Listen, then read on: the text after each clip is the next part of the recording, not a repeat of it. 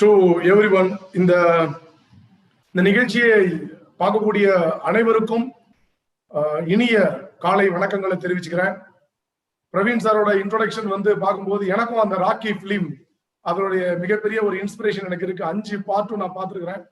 பல நேரங்கள்ல அந்த பார்ட் நான் திரும்ப திரும்ப பார்க்கும்போது அது ஒரு மூவியா நான் பார்க்காம அதை ஒரு சப்ஜெக்டா பார்ப்பேன். ஒரு கேரக்டர் எப்படி இருந்ததுனால அந்த கேரக்டர் ஜெயிச்சிருக்கு அப்படிங்கிற மாதிரிதான் நான் அந்த மூவியெல்லாம் பார்த்துருக்கிறேன்.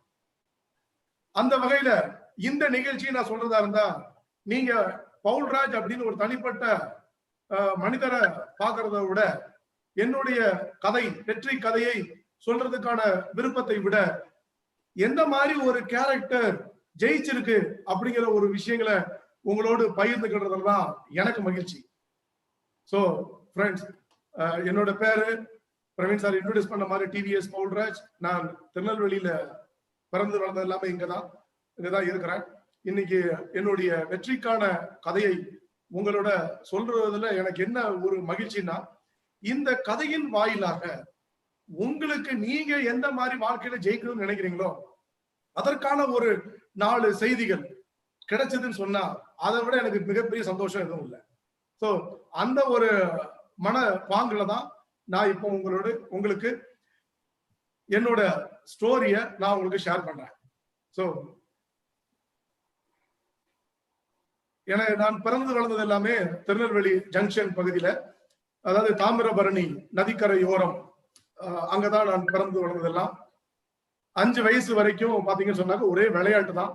படிப்புல ரொம்ப எல்லாம் ஆர்வம்லாம் கிடையாது. ஏதோ ஸ்கூலுக்கு அனுப்பி வச்சாங்க, நான் போயிட்டு வந்துட்டு இருந்தேன். ஒரே எந்த நேரமும் விளையாட்டு இருந்துகிட்டே இருக்கும். ஸோ அப்படி விளையாட்டு தான் நான் அதிகமான முக்கியத்துவம் கொடுப்பேன். அப்படி கொடுக்கும்போது அதாவது எங்க ஸ்ட்ரீட் பசங்களோடவும் நான் கோலி குண்டு, பம்பரம் அந்த மாதிரி விளையாண்டுட்டு இருப்பேன். அதே நேரத்துல பணக்காரங்க வீட்டு பசங்களோட பழக்கமாகி அவங்க கூட கேரம் போர்டு, செஸ் ஆடுறது, இந்த மாதிரியான கேம், ஸ்ட்ரீட் வைஸ் கேமும் உண்டு, கேரம் போர்டு, செஸ் அந்த மாதிரி கேமும் உண்டு. இப்படி 2 வகையில நம்ம விளையாட்டு தான் ஓவர். அத மாதிரியான காலகட்டம். அப்போ நான் 5th ஸ்டாண்டர்டு ரோஸ்மேரி ஸ்கூல்ல படிக்கிறேன். 3rd, 4th, 5th எல்லாம் ரோஸ்மேரின்னு பாளையங்கோட்டை ஒரு ஸ்கூல் இருக்காங்க, தான் படிச்சேன். அப்படி படிக்கும்போது அந்த பணக்கார வீட்டு பசங்களை பார்க்கும்போது அவங்க வீட்டுல கார் இருக்கும், நல்ல பெரிய வீட்டுல இருக்காங்க, வேற மாதிரி அவங்க லைஃபே வேற மாதிரி இருந்துச்சு. அப்போ நான் ஸ்ட்ரீட் பசங்களோடய விளையாடுறேன். நான் ஒரு மிடில் கிளாஸ் ஃபேமிலி. எங்க அப்பா சைக்கிள்ல தான் வருவாரு. அப்போ அதெல்லாம் பார்க்கும்போது எனக்கும் அது மாதிரியான ஒரு வீடு, ஒரு காரு அப்படிங்கிற ஆசைலாம் 4th ஸ்டாண்டர்ட் படிக்கும் போதுல இருந்து இருந்துச்சு. எப்படி இருந்துச்சுன்னு தெரியல, இருந்துச்சு. அப்ப நான் என்ன பண்ணுவேன்னா, ஜங்ஷன் பஸ் ஸ்டாண்ட்ல வந்துதான் நம்ம திரும்ப வீட்டுக்கு வரணும். 1 கிலோமீட்டர் நடந்து வரணும். அப்படி வரும்போது ஜங்ஷன் பஸ் ஸ்டாண்ட்ல நிறைய கடைகள், லாட்டரி டிக்கெட் கடைகளா இருக்கும். இன்றைய கடைசி பம்பர் குழுக்கள் டிக்கெட் 10 லட்சம் ஒரே அந்த வார்த்தை வந்துகிட்டே இருக்கும். 10 லட்சத்துக்கு எத்தனை சைவர் அப்படிங்கிறது எனக்கு தெரியாது. ஆனா 10 லட்சம் பெரிய பணம் அப்படின்னு மட்டும் எனக்கு தெரியும். அப்ப நான் என்ன பண்ணுவேன்னா, லாட்டரி டிக்கெட் வாங்க ஆரம்பிச்சேன். ஏன்னா 1 ரூபா எனக்கு பாக்கெட் மணி வீட்டுல கொடுப்பாங்க. அந்த 1 ரூபா பாக்கெட் மணியை வச்சுட்டு நான் லாட்டரி டிக்கெட் வாங்குவேன். லாட்டரி டிக்கெட் வாங்கிட்டு என்ன பண்ணுவேன்னு சொன்னா, விழணும். கரெக்டுங்களா? அதாவது நான் போய் கடையில வாங்கும்போது எல்லாம் பெரிய பெரிய ஆளுங்களா இருப்பாங்க. நான் என்ன நகருன்னு சொல்லிட்டு டிக்கெட்டே வாங்குவேன். அப்படி வாங்கி வச்சுக்கிட்டு எப்படி பார்க்கணும், வைக்கணும், இதெல்லாம் பார்த்து ஒரு நாளும் டிக்கெட் விழவே இல்லை. அப்புறம் யோசிச்சேன், சரி பிரேயர் பண்ணலாம். டிக்கெட் வச்சுட்டு எனக்கு 10 லட்சம் விழுந்தா 10% தசம பாகம் சர்ச்சைக்கு கொடுத்துறேன் அப்படின்னு சொல்லிட்டு பிரேயர் எல்லாம் பண்ணிட்டு அப்படியே ரொம்ப நாள் டிக்கெட் வாங்கிட்டு இருந்தேன். அப்பவும் விழவே இல்லை.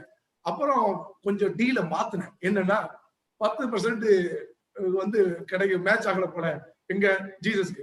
அதனால 50%, 50-50, சர்ச்சைக்கு 50% கொடுத்துடுறேன், எனக்கு 50 அப்படிங்கிற மாதிரி எல்லாம் பிரேயர் பண்ணேன். பட் ஒரு நாளும் நடக்கவே இல்லை. 4th டிக்கெட் வாங்க ஆரம்பிச்சேன். 5th ஸ்டாண்டர்ட் வரைக்கும் லாட்டரி டிக்கெட் வாங்கி டெய்லி 1 ரூபா ஒரு பாக்கெட் பண்ணி கொடுத்த டிக்கெட். பட் ஒரு நாளும் விடவே இல்லை. இந்த சம்பவம் எப்போ இதை நான் மாத்தினா, ஒரு டிவில ஒரு பேட்டி பாக்குறேன். ஒரு துறை சார்ந்த ஒரு வெற்றியாளர் பேசுறாரு. அந்த வெற்றியாளர் சொல்லக்கூடிய விஷயத்த ஃபுல்லா 1/2 மணி நேரம் பேட்டி. அதை பார்க்கும்போது என்ன தெரியுதுன்னா, அவர் அழகா சொல்றாரு, நான் இந்த துறைக்கு இப்படிதான் வந்தேன், இப்படிதான் வளர்ந்தேன், இன்னைக்கு இந்த இடத்துக்கு வர்றதுக்கு 16 வருஷம் ஆயிருக்கு, இன்னொரு பேட்டியில பாக்குறேன், இன்னொரு வெற்றியாளர் பேசுறாரு, நான் 18 வருஷமா உழைச்சுதான் அந்த இடத்துக்கு வந்திருக்கிறேன். அப்போ எனக்கு ஒரு விஷயம் புரிஞ்சுது, இந்த லாட்டரி டிக்கெட் வாங்கி எல்லாம் வந்து காரு வீடு எல்லாம் வாங்குறதுல நடக்கிற விஷயம் இல்ல. ஒரு ஆளு பெரிய பெரிய ஆளுகளா உருவாகிறதெல்லாம் லக்க நம்பி இல்ல, ஒர்க்க நம்பிதான் அப்படின்னு சொல்லிட்டு எனக்கு ஒரு தெளிவு அப்ப கிடைச்சது. அந்த இடத்துல முடிவு பண்ண லாட்டரி டிக்கெட் வாங்குறத நிப்பாட்டு மறுபடியும் சாக்லேட் வாங்கி டெய்லி சாப்பிட ஆரம்பிச்சேன். இதுதான். ஆனா எனக்கு இப்பவும் நான் நினைப்பேன், 4th படிக்கும் போது லாட்டரி டிக்கெட் வாங்கணுங்கிற புத்தி எப்படி வேலை செய்யுது எனக்கு தெரியல. பட் அப்பவே லக்கா ஒர்க்காங்கிற ஒரு கன்க்ளூஷன் எனக்கு கிடைச்சது. அதுக்கு ஆண்டவனை தான் நன்றி சொல்லணும். அதுக்கு அடுத்தது பாத்தீங்கன்னு சொன்னாக்கா, இது என்னுடைய 7th ஸ்டாண்டர்ட் தான் எங்க வீடு. அது வந்து வீடு அந்த காலத்துல உள்ள வீடு ரொம்ப நீளமா போகும். அந்த மாதிரி வீட்டுல வந்து மாடியில உள்ள போட்டோ அது. இப்படி கிட்டத்தட்ட பாத்தீங்கன்னு சொன்னா இந்த ஏஜ் வந்து நான் 7th படிக்கும் போது, 7th படிச்சுட்டு இருக்கும் போது இருக்கக்கூடிய ஒரு போட்டோ அது.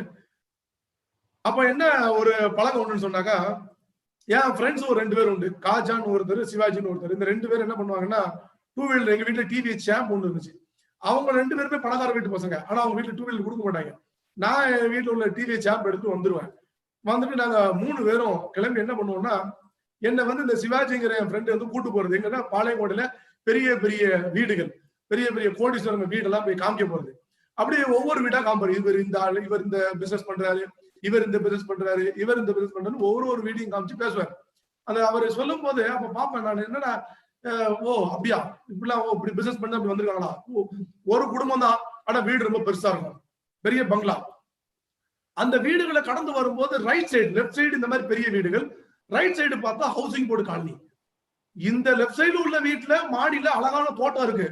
அதே ரைட் சைடுல உள்ள ஹவுசிங் போர்ட்லயும் செடி எல்லாம் வளருது, பராமரிப்பு இல்லாம செவுத்துக்குள்ள இருந்து முளைச்சி வந்திருக்கக்கூடிய செடிகளா இருக்கு.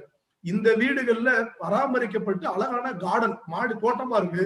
இங்க வெள்ளை கூட அடிக்காம விட்டதுனால செடி முளைச்சு வந்திருக்கு. இங்கயும் வாழ்றாங்க, இப்படியும் மக்கள் வாழ்க்கையை கழிக்கிறாங்க.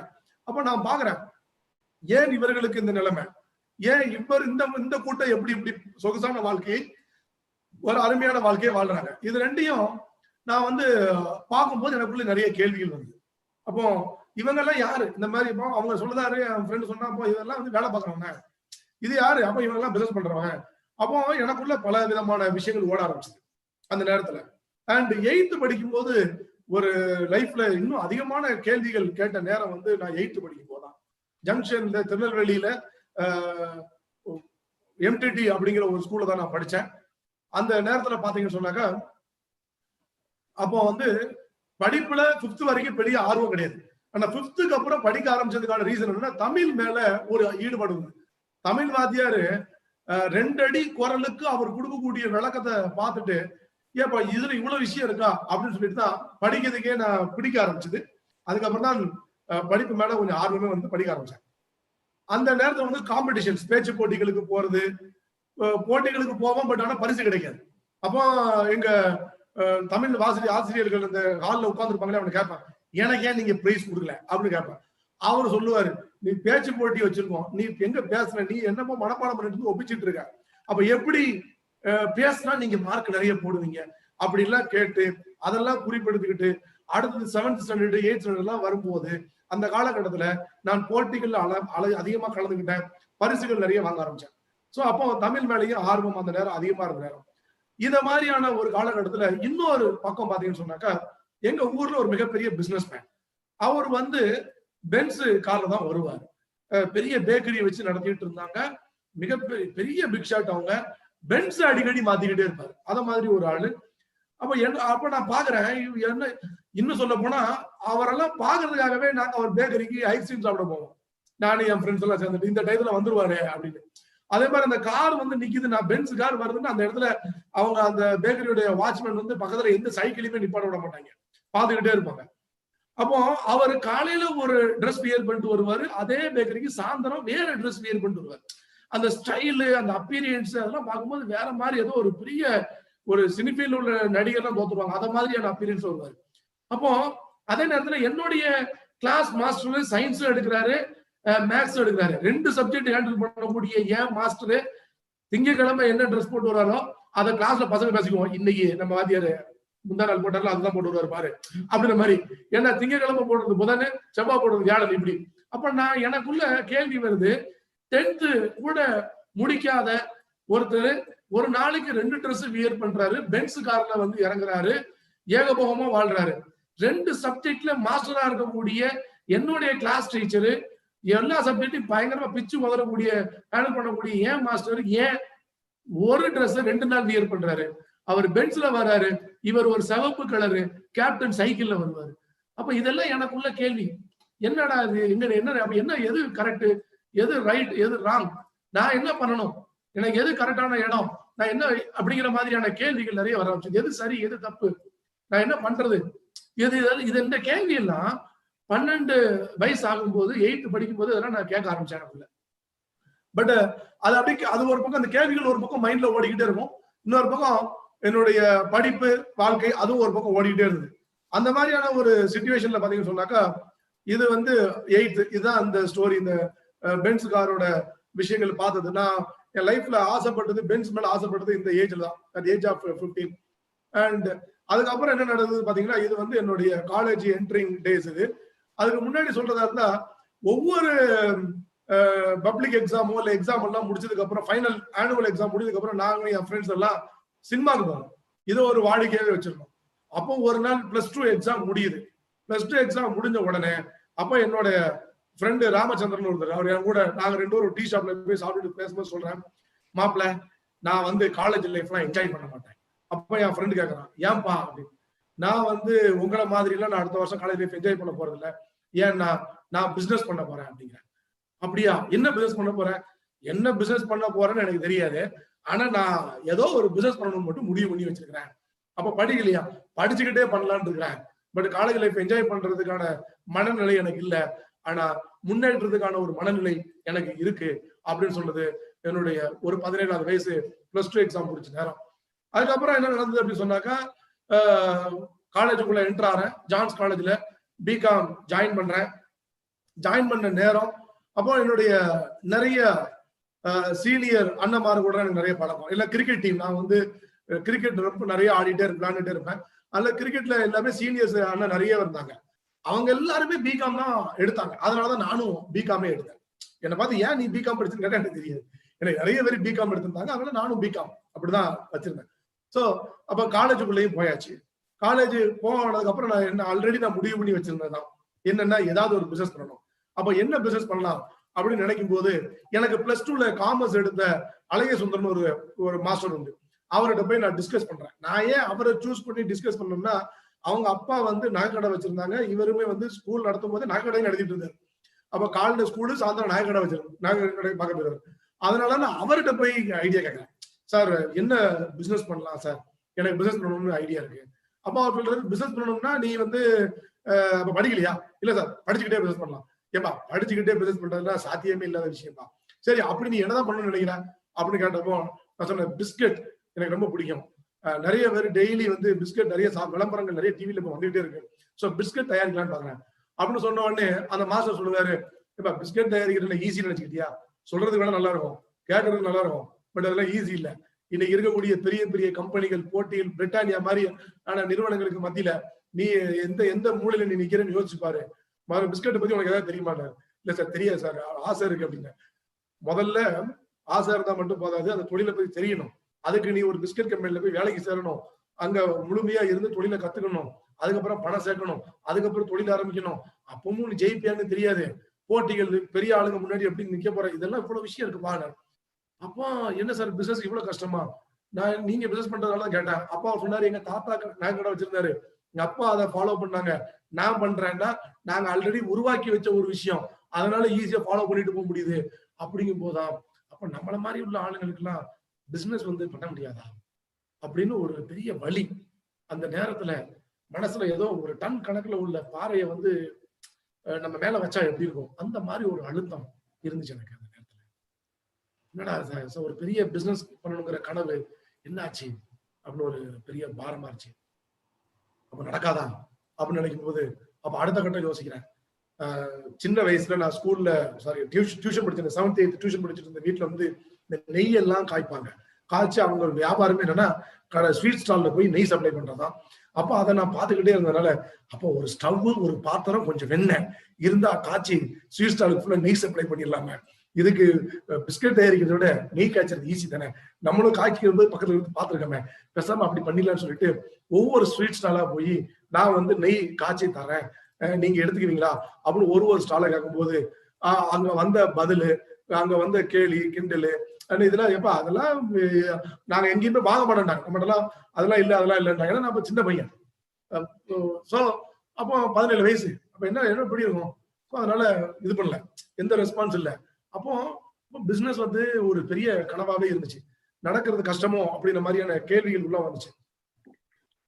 அந்த மாதிரியான ஒரு சூழ்நிலையில என்னோட இன்னொரு ஃப்ரெண்டு, எங்க கூட கிரிக்கெட் டீம்ல இருக்கக்கூடிய லக்ஷ்மணன் ஒரு ஃப்ரெண்டு, அவர் என்ன பண்ணாருன்னா மீட்டிங்கே போவார். Network marketing company meeting, bag வச்சுட்டு போறது வர்றது, கிரிக்கெட் விளையாட வர்றது இல்ல. கேட்டா மீட்டிங் போறேன். அப்போ என்ன ஏதுன்னு நான் போய் ஒரு நாள் கேட்டேன். இந்த மாதிரி ஒரு தொழில் பண்றேன், நெட்வொர்க் மார்க்கெட்டிங் பண்றேன் அப்படின்னா என்னப்பா, அது வந்து அப்படியாக்கும் இப்படியாக்கும். சரி எனக்கு சொல்லுன்னு, அப்போ நான் உன்னை கூட்டு போறேன், நீ மீட்டிங் பார்த்துட்டு வேணும் ஜாயின் பண்ணு அப்படின்னு என் ஃப்ரெண்டு சொன்னான். சரி அப்படின்னு சொல்லிட்டு நான் என்ன பண்ணேன்னா அந்த மீட்டிங் வந்து நான் போனேன். அந்த மீட்டிங் போகும்போது பாத்தீங்கன்னு சொன்னாக்கா அந்த மீட்டிங் ஹால்ல 50 பேர் உட்காரலாம், நாங்க 4 பேர் தான் உட்காந்துருந்தோம். லேட் ஆகுது நேராகுது 2 மணி நேரம் கழிச்சு தான் ஆரம்பிச்சாங்க. அதுல ஒரு சஃபாரி போட்டு ஒருத்தர் பேச ஆரம்பிச்சாரு. மீட்டிங் ஆரம்பிச்சதுல இருந்து ஒரே போர் அடிச்சுக்கிட்டே இருக்கு. நான் பக்கத்துல உள்ள கேட்க என் ஃப்ரெண்ட், ஏட்டா எப்படா முடிப்பாங்க, எப்படா முடிப்பாங்க. அப்போ அவன் சொல்றான், இந்த இப்போ முடிச்சுப்பாங்க, இந்த 10 நிமிஷம் ஒவ்வொரு 10 நிமிஷத்துக்கு ஒரு முறை எப்ப முடிப்பாங்கன்னு கேட்டே இருப்பேன். அவன் இந்தான்னு சொல்லிட்டே இருப்பான். இப்படியே போய்கிட்டே இருக்கு. செஷனு 3 மணி நேரம் போச்சு. ஐயோ தாங்க முடியல. ஆனா அந்த நிகழ்ச்சியை நடத்தினவர் முடிக்கும் போது ஒரு விஷயம் காமிச்சார். என்ன காமிச்சாருன்னு சொன்னாக்கா, ₹1 காயின் ஒண்ணு காமிச்சாரு. இந்த தொழில்ல ஒரு ₹1 காயின் ஒண்ணு இருக்கு, அதே நேரத்துல ஒரு 10 லட்சம் ரூபாய் பணம் இருக்கு, நீங்க எதை சூஸ் பண்ணுவீங்க? உங்களுக்கு இன்னைக்கு தேதியில கொடுத்தா நான் ₹1 காயின் கொடுத்துருவேன், அதுவே 10 லட்சம் வேணுமா, ரெண்டையும் நீங்க எடுத்துக்கலாம். ஆனா அந்த ₹1 காயின் ஒரு மேஜிக் காயின். என்ன மேஜிக் காயின்னா, ஒரு நாள் டபுள் ஆயிட்டே இருக்கும். 30வது நாள் ஒரு தொகை வரும், அந்த தொகை வேணுமா, அல்லது இப்பவே நான் 10 லட்சம் ரூபாய் கொடுத்துருக்கேன், இந்த தொகை வேணுமா அப்படின்னு கேட்டாரு. அப்படின்னு கேட்டப்போ ₹1 காயின் என்னதான் டபுள் ஆனாலும் 30 நாள் 10 லட்சமா வரப்போகுது அப்படிங்கிற மாதிரி யோசனையில நான் என்ன பண்றேன்னா 10 லட்சம் ரூபாய் அப்படின்னு ஹாலில் உட்காந்தவங்க சொன்னோம். பட் அந்த ₹1 காயின் டபுள் ஆகிற மாதிரி காமிச்சார். 30வது நாள் பார்த்தா அது பல கோடி ரூபாயில போய் நின்றுச்சு. அப்பதான் அவர் ஒரு விளக்கம் கொடுத்தார். இந்த தொழில் தொடங்கும் போது இப்படிதான் இருக்கும், வளர வளர வளர மிக பிரம்மாண்டமான ஒரு வளர்ச்சியை நோக்கி இந்த தொழில் போகும் அப்படிங்கிற உதாரணம் தான் அந்த காயினை வச்சு நான் சொன்னேன் அப்படின்னு உடனே அப்பதான் எனக்கு இந்த தொழில நாம ஏன் சேரக்கூடாதுன்னு தோணுச்சு. அப்போ அவர் சொன்னாரு, நான் 55,000 வாங்குதான் இந்த மீட்டிங் எடுக்கிறவர் பேசுனாரு. அப்ப நான் என் கூட்டு போன என் ஃப்ரெண்டு சொன்னேன், மாப்பிள்ள 55,000 எவ்வளவு பெரிய பணம் தெரியுமா, எல்லாம் நாள் கதை விடுறாரு அப்படின்னு. ஏன்னா நான் நம்பல. ஏன்னா என் பாக்கெட்ல இருந்தது வெறும் 15 ரூபா. எங்க வீட்டுல பாக்கெட் பண்ணி கொடுக்குற 15 ரூபா தான் இருந்தது. அதெல்லாம் நான் என்னமோ அதை நம்பவே இல்லை. ஆனா அந்த ப்ராடக்ட்ஸ் எல்லாம் முன்னாடி அடுக்கி வச்சிருந்தாங்க. அப்ப என் ஃப்ரெண்டு சொல்லுதேன், நமக்கு யாரு சேரதாங்களோ சேரலையேப்பா, இந்த பொருள் எல்லாம் வித்து நம்ம வந்து பாக்கெட் பண்ணி, ஏன்னா வீட்டுல நான் காசு வாங்கிட்டே இருப்பேன், பாக்கெட் பண்ணி எனக்கு வீட்டுல தான் பணம் கொடுப்பாங்க, வாழ்த்தி கொடுத்துட்டே இருப்பாங்க. இந்த வீட்டுல வாழ்த்து வாங்குறதுக்கு பதிலா நம்மளுக்கே ஒரு பாக்கெட் பண்ணி கிடைச்சா நல்லா இருக்குமே அப்படின்னு சொல்லிட்டு தான் நான் என்ன பண்ணேன்னா அந்த பிசினஸ்ல அப்ப ஜாயின் பண்ணணும்னு முடிவு பண்ணேன். என்ன சேர்க்கவும் மாட்டேங்க, ஏன் என்ன கூட்டு போன சொல்றான், இல்ல அதுக்கு மேல உள்ளவங்க போய் பார்க்கணும் அப்படின்னு சொல்லிட்டு. அதுக்கு மேல உள்ளவங்க வந்து பேசுறாங்க, நீங்க வீட்டுல இருந்து பெரியவங்களை கூட்டுவாங்கன்னு. ஏங்க நான் தான் சேரணும்னு சொல்லிட்டேன், சேர்த்துக்கோங்க அப்படின்றேன். இல்ல நீங்க ஸ்டூடெண்ட் படிச்சுட்டு இருக்கீங்க, அப்புறம் படிப்பு ஸ்பாயில் ஆயிட்டு அதாயிட்டு இதாயிட்டு இங்க வந்து உங்க வீட்டுல உள்ளவங்க சண்டை போடக்கூடாது, அதுல வீட்டுல பெரியவங்களை கூட்டுவாங்க, அப்பதான் நாங்க உங்களை சேர்த்துக்கோம். இல்ல இது என்னடா அம்மா போச்சு அப்படின்னு சொல்லிட்டு, சரி எங்க அம்மாவை நான் கன்வின்ஸ் பண்றேன். எங்க அப்பாவை பொறுத்தவரை படிக்கணும், படிக்கும் போது வேற ஒன்றும் செய்யக்கூடாது. ஆனா எங்க அம்மாவை பொறுத்தவரையில என்னன்னா நான் கன்வின்ஸ் பண்ணி அம்மா நீங்க வாங்க, ஒரு மீட்டிங் இருக்கு கூப்பிடுறாங்க. நானு எங்க அம்மா மட்டும்தான் அந்த பிரசன்டேஷன் உட்காந்துருந்தோம். எங்களுக்கு எதிர்த்தாப்புல ஒருத்தர் அந்த பிசினஸ் பத்தி பேசுறாரு. அப்பப்போ கேள்வி கேட்டே இருப்பாரு. நாங்க 2 பேரும் தலையாட்டும், ஒண்ணுமே எங்களுக்கு புரியாது. ஏன்னா கணக்கா எழுதி காமிப்பாரு. எனக்கு மேக்ஸ் சரியாவே இன்ட்ரெஸ்டே கிடையாது, புரியவும் செய்யாது. எங்க அம்மா படிக்கவும் இல்லை, அவங்களுக்கும் புரியாது. ஆனா அவர் பாட்டு பேசிட்டே இருந்தாரு, நாங்க பாட்டு கேட்டே இருந்தோம். எல்லாம் முடிஞ்சதுக்கு அப்புறம் அதுல சேர்றதுக்கு இவ்வளவு 2000 ரூபாய் 1950 ரூபாய் பணம் கட்டணும், சேர்ந்துக்கலாம் செஞ்சுக்கலாம் அப்படின்னு சொன்ன உடனே அப்போ நான் வந்து எங்க அம்மா வந்து என்ன எப்படி முடிவு எடுத்தாங்கன்னா, இவன் சும்மா தெருவுல சேர்ந்து தெரு பசங்களோட சுத்திட்டு இருக்கு, இங்க சேர்ந்தாங்கன்னா இதுக்குள்ளேயா சுத்திட்டு இருப்பாங்களே, ஒரு 4 நல்ல மனுஷங்க பல கிடைக்குதுமே அப்படின்னு சொல்லிட்டு தான் என்ன அந்த நேரத்துல அந்த நெட்வொர்க் மார்க்கெட்டிங் கம்பெனில எங்க அம்மா வந்து என்ன சேர்த்து விட்டாங்க. சோ நானும் என்ன பண்ண ஆரம்பிச்சு சேர்ந்துட்டேன். மீட்டிங் எல்லாம் போவேன், எப்பவாவது போவேன். ரொம்ப ஒன்றும் ஆர்வம் காமிச்சிக்கல. பட் ஆனா எனக்கு நிறைய டைவர்ஷன்ஸ் இருந்து. என்சிசில இருந்தேன், கிரிக்கெட் டீம்ல இருந்தேன், கல்ச்சரல் டீம்ல டான்ஸ் ஆட போயிருவேன், பேச்சு போட்டிக்கு காலேஜ் காம்படிஷன்ஸ்க்கு பேச்சு போட்டின்னு சொல்லி கூப்பிடுவாங்க, அங்க போயிருவேன், ஸ்கிட், அட்மேடு, வெரைட்டி ப்ரோக்ராம்ஸ், இப்படி நிறைய ஃப்ரெண்ட் ஆஃப் போலீஸ் ஆர்கனைசேஷன் இருந்தேன், நாவலர் பேரோட செக்ரட்டரியா இருந்தேன். காலேஜுக்குள்ள மட்டும் இவ்வளவு ஆக்டிவிட்டிஸ். இது போக பிகாமும் படிக்கணும், இது போக அன்னைக்கு அந்த கம்பெனில சேர்ந்து பண்ணதுனால இந்த நெட்வொர்க் மார்க்கெட்டிங் பண்ணணும். அப்போ என்னால அதை வந்து சிறப்பா செய்ய முடியல. ஆனா நான் முக்கியமான பல ட்ரைனிங் எல்லாம் போய் உட்கார எனக்கு நெட்வொர்க் மார்க்கெட்டிங்ல ஒரு விஷயம் புரிஞ்சுது. என்னன்னா, இந்த தொழில் ரொம்ப பெரிய தொழில், ஏதோ சாதாரண ஒரு இடம் இல்ல. இது வாழ்க்கையை ரொம்ப பிரம்மாண்டமான உயரத்துக்கு மாற்ற முடியும், மிகப்பெரிய லெவல்ல வெற்றி பெற முடியும் அப்படிங்கிற ஒரு விஷயம் மட்டும் எனக்கு ரொம்ப தெளிவா புரிஞ்சுது. அப்படி புரிஞ்சதனுடைய விளைவு நான் என்ன பண்ணணும்னா, அப்போ ஒரு முடிவு எடுத்தேன். என்னுடைய கவனம் நிறைய இடங்கள்ல சிதைவடைந்ததெல்லாம் குவிச்சு ஒரே விஷயமா நான் கொடுக்க ஆரம்பிச்சேன். என்ன அப்படின்னு சொன்னாக்கா, முழுக்க அந்த தொழிலுக்கு மட்டும் தான் நான் கவனம் கொடுக்க ஆரம்பிச்சேன். வேற எந்த, அதாவது என்சிசில இருந்து வெளியே வந்தேன், கிரிக்கெட் டீம்ல இருந்து வெளியில வந்தேன், நாவலர் பிரிவுல இருந்து வெளியில வந்தேன், இப்படி எல்லா விஷயங்கள்ல இருந்து வெளியில வந்துட்டு முழு போக்கஸ் அந்த நேரத்துல நான் அந்த தொழிலுக்கு கொடுத்தேன். அதுக்கு இன்னொரு முக்கியமான ரீசன் இருக்கு. என்னன்னு சொன்னா, எனக்கு முன்னாடி நான் படிச்சது பிகாம், எனக்கு முன்னாடி பிகாம் படிச்சவங்க லைஃப்ல எப்படி இருக்கு, எம்காம் படிச்சவங்க லைஃப்ல எப்படி இருக்கு அப்படி நான் பாக்குறேன். எனக்கு தெரிஞ்ச என்னுடைய கிரிக்கெட் டீம்ல சீனியர்ஸ் அண்ணா மாதிரி லைஃப் நான் பாக்குறேன். எல்லாம் சொல்லிக்கிற மாதிரி இல்ல. கேட்டா 1000 ரூபாய் சம்பளங்கிறாங்க. எவ்வளவு சம்பளம்? 1500 ரூபாய். 1500 ரூபாய் வச்சு எப்படி வாழ்றது அப்படின்னு கேட்கும்போது, 3 வருஷம் நீ நல்லா வேலை பார்த்தேன்னா 2000 ரூபாய் கொடுத்துறாங்க. 2000 ரூபாய் மட்டும் பெரிய பணமா? அப்போ ஐயோ இதெல்லாம் இல்ல, நம்ம லைஃப் வேற மாதிரி நினைச்சிட்டு இருக்கோம். இது என்ன 1500 ரூபாய்க்கு 2000 ரூபாய் மாசம் சம்பளங்கிறாங்க. இதை வச்சு இந்த செருப்புக்கு தகுந்த மாதிரிலாம் நம்ம காலெல்லாம் வெட்டிக்க முடியாது. வாழ்க்கைன்னா வாழ்க்கைக்கு தகுந்த மாதிரி வருமானத்தை பெருக்கணும், வாழணும், அதுதான் லைஃப். அதை விட்டு இருக்கு உனக்கு இவ்வளவுதான் பணம் கொடுப்போம், இதுக்குள்ள நீ அரிசி வாங்கிக்கோ, இதுக்குள்ள பருப்பு வாங்கிக்கோ. அரிசிக்கும் பட்ஜெட், பருப்புக்கும் பட்ஜெட், செருப்புக்கும் பட்ஜெட்னா அது வாழ்க்கையில அதுக்கு பேர் பனிஷ்மெண்ட்டும் வேணாம். அதுக்கு பேர் லைஃப் இல்ல, அதுக்கு பேர் பனிஷ்மெண்ட். நான் ஒன்னும் இந்த உலகத்துக்கு பனிஷ்மெண்ட் அனுபவிக்க வரல. நான் இந்த உலகத்துக்கு வந்திருக்கிறதுக்கு வாழ வந்திருக்கேன். ஆண்டவன் என்ன தண்டனை கொடுக்க, ஆண்டவன் எனக்கு வாழதான் கொடுத்துருக்கான், நான் வாழதான் வந்திருக்கேன். இதெல்லாம் நான் எனக்குள்ள நான் பேசிட்டு இருந்த விஷயங்கள் இதெல்லாம். அப்ப நான் பாக்குறேன், எனக்கு இன்னொரு விஷயம் என்னன்னா, இந்த 1500 2000 ரூபாய் சம்பளம் வாங்குறவங்க எல்லாம் ப்ராப்ளம்ல, இந்த மேத்தமெட்டிக்ஸ் கால்குலேஷன்ல ப்ராப்ளம், இந்த ப்ராப்ளம்ல பிச்சு உதருவாங்க. சால்வ் பண்ண முடியாத ப்ராப்ளம் எல்லாம் சால்வ் பண்ணுவாங்க மேத்ஸ்ல. சோ அப்போ இவங்க எல்லாம் வந்து ப்ராப்ளம் அசால்ட்டா சால்வ் பண்றவன் லைஃபே ப்ராப்ளமா இருக்கு. ப்ராப்ளம்னாலே எனக்கு ப்ராப்ளம், அப்ப என் லைஃப் எப்படி இருக்குன்னு வச்சேன். எனக்கு அப்ப பாக்க ப்ராப்ளம்ல பிச்சு உதறவங்க லைஃபே ப்ராப்ளமா இருந்தா, ப்ராப்ளம்னாலே எனக்கு ப்ராப்ளமே, நம்ம லைஃப் எப்படி இருக்கும்? அப்ப இது ஒண்ணும் ஆவறது இல்ல, இதுக்கான வழி இது இல்ல அப்படின்னு சொல்லிட்டு அப்புறம் என்ன பண்ண ஆரம்பிச்சோம்னு சொன்னாக்கா, முடிவு பண்ணேன், இனிமேல் கிரிக்கெட் அது இது இதெல்லாம் ஓரம் கட்டிட்டு வாழ்க்கையில என்ன பார்க்கணும்னா முன்னேற பார்க்கணும் அப்படின்னு முடிவு பண்ணிட்டு நேரா வந்து ஃபுல் ஃபிங்கர் என்னுடைய கவனத்தை முழுவதும் அன்னைக்கு அந்த நேரத்துல அந்த தொழில நான் கொடுக்க ஆரம்பிச்சேன். ஆனா ஒன்னும் ஈஸி இல்ல, பயங்கர டஃப்பா இருந்துச்சு. டஃப்னா டஃப், சும்மா உங்க வீடு டஃப் எங்க வீடு டஃப்னா இல்ல, பயங்கர கஷ்டமா இருந்தது. அந்த நேரத்துல பாத்தீங்கன்னு சொன்னாக்கா, நான் ஜாயின் பண்ணது கூட 16/9/99, ஏஜ் அப்ப வந்து 17, எனக்கு 18 கூட ஆகல. அக்டோபர் வந்தாதான் 18 ஆகும். அப்ப நான் கேட்டேன், எனக்கு 18 வயசு வந்தாதான் சேர முடியும்னாங்க. நான் சொன்னா இன்னும் 1 மாசம் ஆகும், அந்த 1 மாசம் வரைக்கும் நான் வெயிட் பண்ண முடியாது அப்படின்னு சொல்லிட்டு நான் வந்து சேர்ந்தவன். சோ அப்போ 17 வயசு நெட்வொர்க் மார்க்கெட்டிங்ல நான் அடி எடுத்து வைக்கும் போது, அண்ட் அங்க வந்து ஒரு மிகப்பெரிய ஒரு சிரமங்கள் இருந்துச்சு, ஈஸியா இல்ல. அந்த கம்பெனியோட நான் முதல்ல பண்ண கம்பெனியோட ப்ராடக்ட்ஸோட பிரைஸ் பாத்தீங்கன்னா கண்ணாபிரான் இருக்கும். மார்க்கெட்ல பிரீமியம் குவாலிட்டி ப்ராடக்டோட பிரைஸை விட 4 மடங்கு இருக்கும். அதே நேரத்துல ஜாயினிங் ஃபீஸும் ஜாஸ்தி.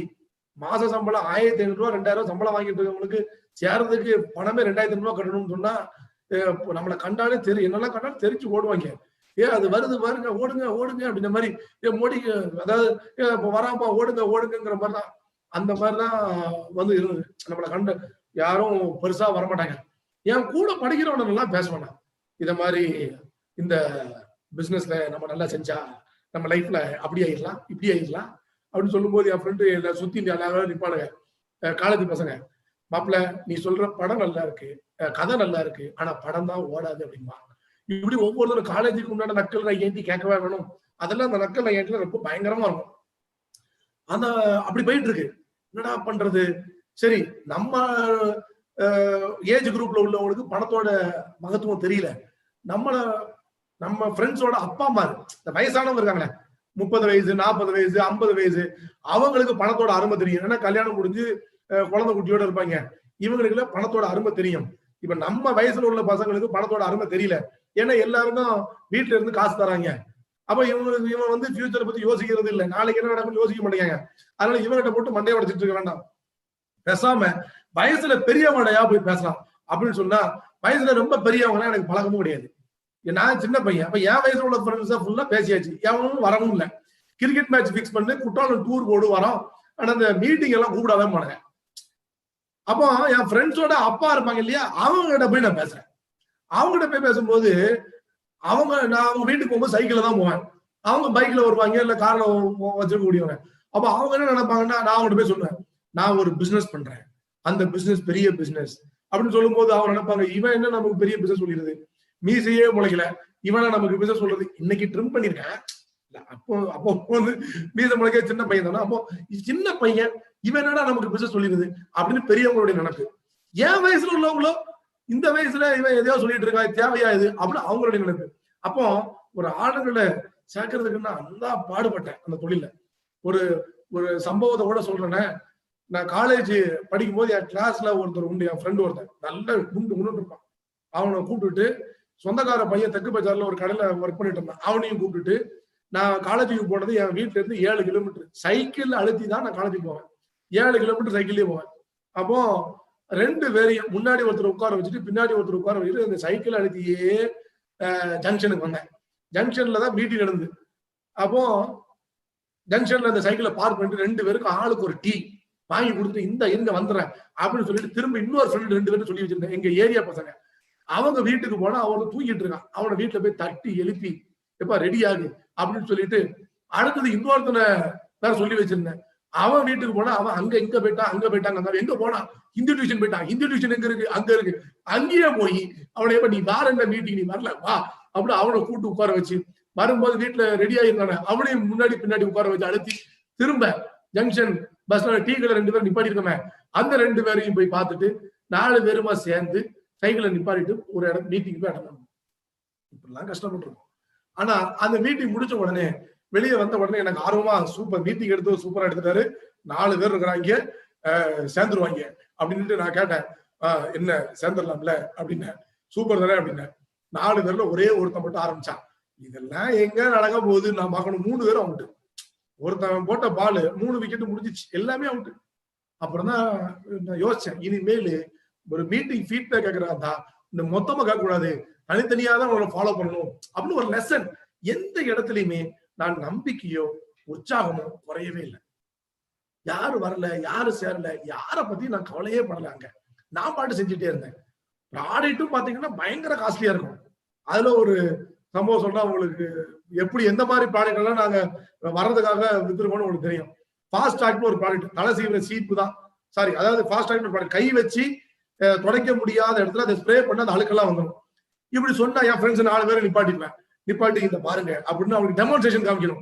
அப்போ ஒரு கண்ணாடி டம்ளர்ல பாக்கெட்ல வைக்கிற தலை சீவிர சீப் எடுத்து, இதுல எவ்வளவு அழுக்கு இருக்கு, இந்த அழுக்குகள் எல்லாம் எப்படி எடுக்குதுன்னு பாரு அப்படின்னு டம்ளர்ல உள்ள அந்த லிக்யூட்ல அந்த சீப்பை போட்டு காமிப்பேன். 10 நிமிஷம் அப்படியே நல்லா ஆடிட்டு, பாத்தீங்களா அழுக்கெல்லாம் போயிருச்சா அப்படின்னு. உடனே இந்த 4 பேர்ல அப்படியே 4 பேரோட அப்படியே பார்ப்பாங்க.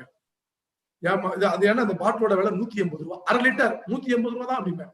அந்த 4 பேர் எப்படி பார்ப்பாங்க, ஏமாப்ல இந்த சீப்போட விலை 2 ரூபாய், 180 ரூபாய்க்கு 90 சீப்பு வாங்கிடுவேன். அதாவது என் வாழ்க்கை பூரா நான் புது சீப்பு வாங்கிடுவேன்டா, இதுல ஒரு டப்பா வாங்கி இதுல வேற நான் டம்ளர்ல போட்டு கலக்கிட்டு வரேன்.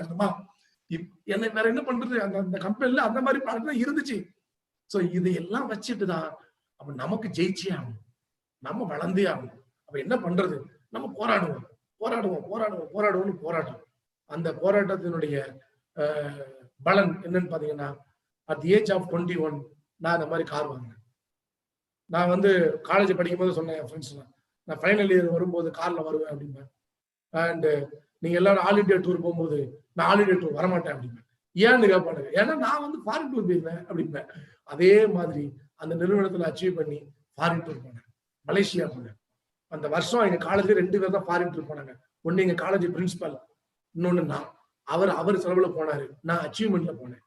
அப்ப காலேஜ் கேட்மேன்ல இருந்து கேண்டீன்ல டீ ஆத்துற ஆள் வரைக்கும் எங்க காலேஜ்ல பவுல்ராஜ்னு ஒரு யங்ஸ்டர் படிக்கும் போதே, ஸ்டூடெண்ட் படிக்கும் போதே இப்படி சம்பாதிச்சுட்டு இருக்காரு அப்படிங்கிற ஒரு பேரு எல்லா காலேஜ்லயும் வந்தது. காலேஜ் மேகசின்ல வந்தது, டிவில இன்டர்வியூ வந்தது அந்த நேரத்துல.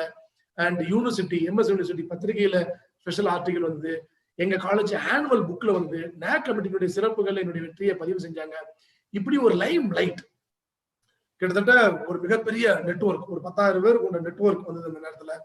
ஒரு பாத்தீங்கன்னா ஒரு பெரிய விஷயங்கள், ஃபாரின் ட்ரிப் போனேன், கார் வாங்கினேன், எல்லாமே 21 வயசுல. 52,000 ரூபாய் பணம் வந்தது, இது எல்லாமே 21 வயசுல. சோ ஃப்ரெண்ட்ஸ், ஆனா இந்த வெற்றி ரொம்ப நாள் தக்க வைக்க முடியல. அன்னைக்கு எனக்கு ஒரு உண்மை புரியல. என்னன்னா, நாம மட்டும் ஜெயிச்சா போதாது, நம்ம நம்பி வர்றவங்களும் நிறைய பேர் ஜெயிக்கிறேன்னா இந்த வெற்றியை தக்க வைக்க முடியாது அப்படிங்கிற ஒரு பேர் உண்மை எனக்கு அன்னைக்கு தெரியல. அண்ட் அந்த வெற்றியை அந்த நிறுவனத்துல தக்க வைக்க முடியாம இருந்ததுக்கு இன்னொரு காரணம் என்னன்னு சொன்னா, மாத்திக்கிட்டே இருப்பாங்க, ப்ராடக்ட்ஸ் விலையை கூட்டிக்கிட்டே இருப்பாங்க, தேவை இருக்கோ இல்லையோ சும்மா சும்மா கூட்டிகிட்டே இருப்பாங்க. அண்ட் ஜாயினிங் ஃபீஸை கூட்டிக்கிட்டே இருப்பாங்க, உயர்த்திக்கிட்டே இருப்பாங்க. பிளானுடைய அச்சீவ்மெண்ட்டையும் உயர்த்திக்கிட்டே இருப்பாங்க.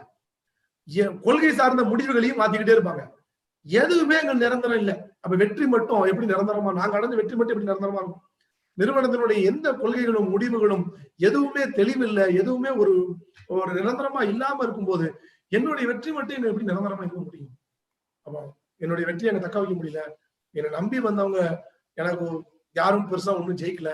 எல்லாருமே ஒரு போராட்டமா இருந்தது. 2003க்கு அப்புறம் பாத்தீங்கன்னா அந்த காலகட்டம், 2003க்கு அப்புறம் பிசினஸ் வந்து ரொம்ப குறைய ஆரம்பிச்சு, கிட்டத்தட்ட ஒரு 7 வருடங்கள் மிகப்பெரிய, அது ஒரு 7 வருட போராட்டம். 2002லயே போராட்டம் ஸ்டார்ட் ஆயிடுச்சு. அப்படியே கிட்டத்தட்ட ஒரு 7 இயர்ஸ் வந்து ஸ்ட்ரகிளிங் டைம் தான். பயங்கர ஒரு ஸ்ட்ரகிளிங் டைம். லைஃப்ல வந்து கீழே இருந்து மேல போயாச்சு. பட் அந்த லைம் லைட்டுக்கு போயாச்சு. பேரு, புகழ், பணம் சின்ன வயசுல எல்லாம் பார்த்தாச்சு. ஆனா அதையெல்லாம் தக்க வைக்க முடியல. அப்ப திரும்ப கீழே வரேன். அந்த வெற்றி நிக்கல, அந்த வெற்றி நிலைக்கல. ஏன்னா அவங்க கண்ட மணிக்கு எடுக்கிற முடிவுனால நம்மளுடைய சக்சஸை தக்க வைக்க முடியாம கீழே வந்து, அப்போ பணம் இல்லாம கஷ்டப்பட்டு வாழ்க்கையில மைனஸ், கடன் வாங்க ஆரம்பிக்கிறேன், மைனஸ்க்கு போறேன். வாங்கின காருக்கு இஎம்ஐ கட்ட முடியாம காரை கொடுத்துட்டேன். பைக்ல போறேன், பஸ்ல போறேன். பைக்குக்கு கூட பெட்ரோல் போடுறதுக்கு கஷ்டப்படுவேன். அந்த நேரத்துல வண்டி எப்போதுமே ரிசர்வ்லயே தான் இருக்கும், டூ வீலர் வந்து. அந்த மாதிரியான போராட்டம். அப்ப அந்த நேரத்துல நிறைய பைனரி கம்பெனிஸ் வந்தாங்க, இன்வெஸ்ட்மெண்ட் கான்செப்ட் வந்தாங்க.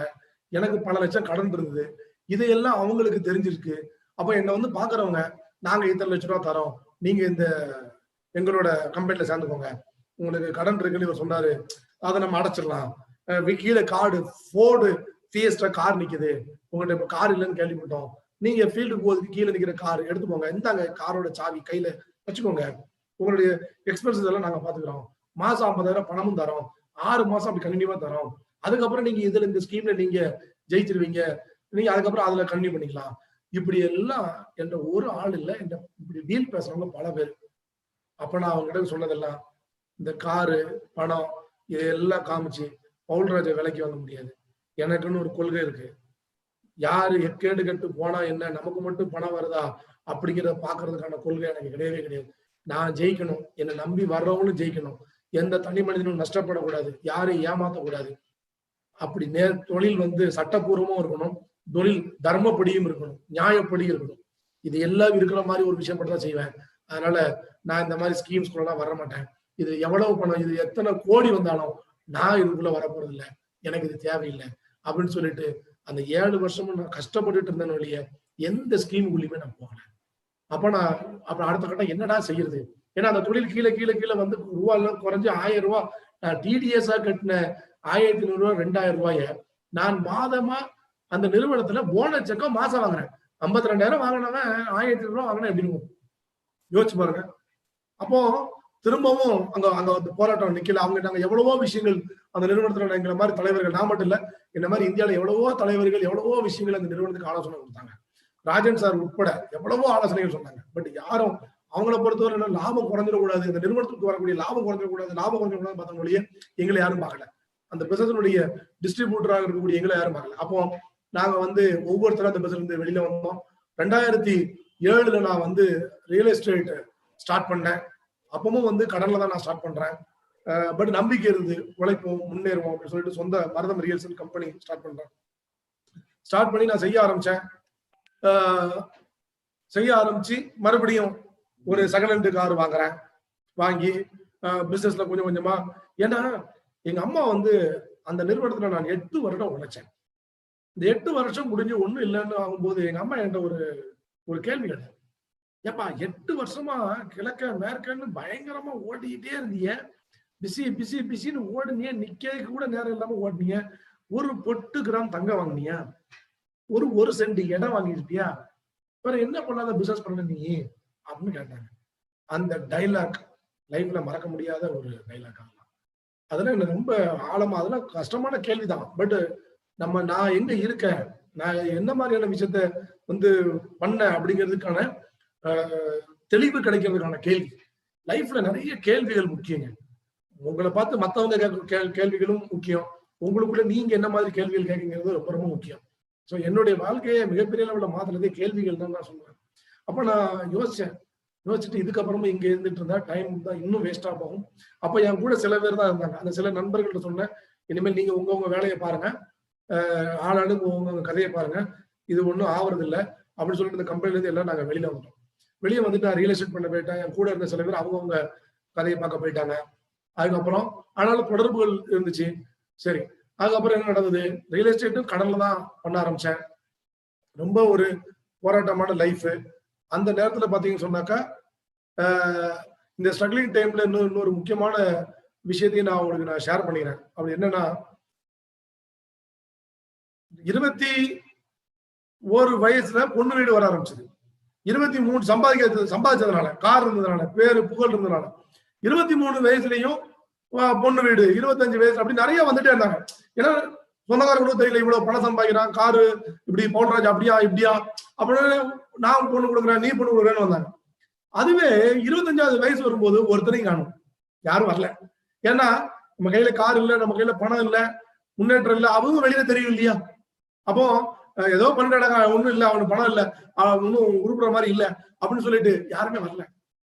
ஆனா நான் வந்து அந்த நேரத்துல எல்லாம் வீட்டுக்குள்ள ஃபேமிலிக்குள்ள பேசும்போது சொல்லுவாங்க, நீ வந்து ஒரு வேலைக்கு போயிட்டேன்னா கல்யாணம் பண்ணணுங்கிற மைண்ட் செட்டு வந்து வர ஆரம்பிச்சது. வயசு போயிட்டே இருக்குன்னு சொல்லிட்டு வீட்டுல வந்து பொண்ணு பார்க்கலாம் அப்படின்னு பேச ஆரம்பிச்சாங்க. அப்போ எனக்கும் புரிய வைக்காங்க. சரி ஓகே நானும் சொல்றேன். அப்போ பொண்ணு பார்க்க ஆரம்பிக்கும் போது ஒவ்வொருத்தரும் மாப்பிள்ளை என்ன வேலை பார்க்கறாரு, மாப்பிள்ளை என்ன வேலை பார்க்கறாரு, இப்படி ஒவ்வொருத்தரும் என்ன வேலை பார்க்கறாரு கேட்கும் போது, அப்போ என் வீட்டுல வந்து ஏன்னா வந்து சொல்றாங்க, நீ ஏதாவது வேலைக்கு போ, அப்பதான் பொண்ணு கொடுப்பாங்க.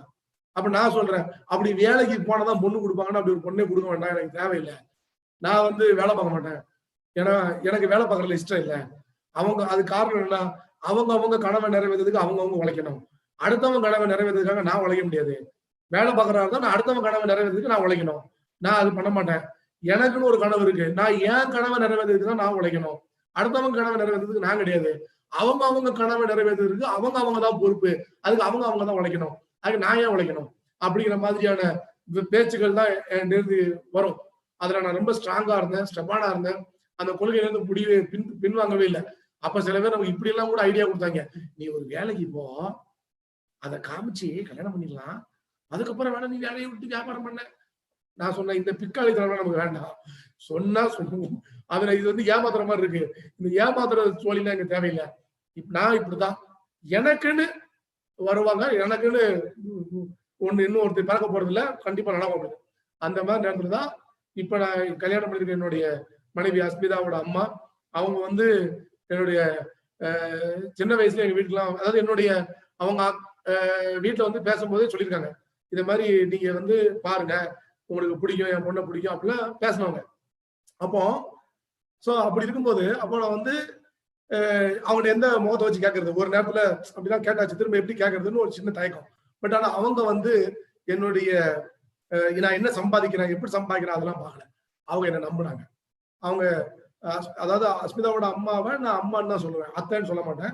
அதனால நான் அம்மானே சொல்றேன். அப்ப அம்மா என்ன சொன்னாங்கன்னா, பவுல்ராஜ் இங்க பாருங்க, நீங்க வந்து எவ்வளவு சம்பாதிச்சு எப்படி அப்படி காப்பாத்துவீங்களா இப்படி காப்பாத்துவீங்களாங்கிறதுலாம் உங்களுக்கு தான் தெரியும். ஆனா எனக்கு உங்களை பத்தி ஒன்னே ஒண்ணு தெரியும், கூழோ கஞ்சியோ என் பொண்ணை நீங்க நல்லபடியா பாத்துக்குவீங்க, அந்த நம்பிக்கை எனக்கு இருக்கு அப்படின்னு சொல்லிட்டு மனமும் வந்து நான் என்ன சம்பாதிக்கிறேன்னு கூட கேட்கல.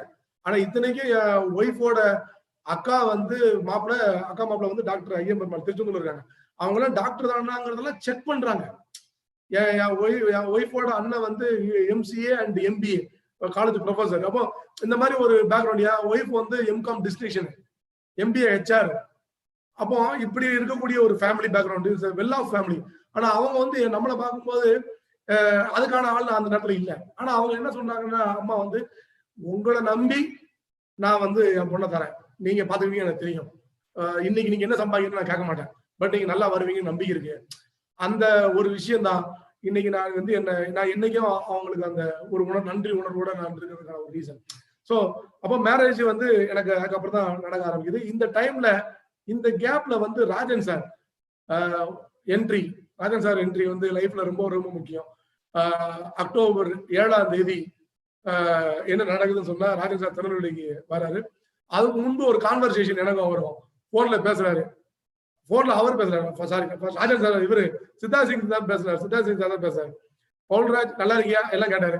எல்லாம் நல்லா இருக்கேன் அப்படி பேசிட்டு இருக்கும்போது, அப்போ அவர் பேசும்போது நான் புரிஞ்சுக்கிட்டே வேறு ஏதோ ஒரு நெட்வொர்க் மார்க்கெட்டிங் கோர்த்து உடனே தான் பேசுறாரு சித்தார்த் சார்னு. அப்படி பேசும்போது நான் உங்களை பார்க்க வரணும் வைக்கணும் சொன்னாரு. சார் நான் இந்த எம்எல்எம்லயே எனக்கு இன்ட்ரெஸ்ட் கிடையாது, நான் இப்பதான் சொந்தமா ரியல் எஸ்டேட் நிறுவனம் தொடங்கி நான் ஏதோ வளர்ந்துட்டு இருக்கேன், இந்த எம்எல்எம்னா நல்லா இருப்பீங்க வந்துடாதீங்க நம்புறாங்க. அப்போ அவர் சொன்னாரு, சுந்தரராஜன் கூட ஜாயின் பண்ணிட்டாரு. அவர்லாம் ஜாயின் பண்ண மாட்டாரு அப்படின்னு.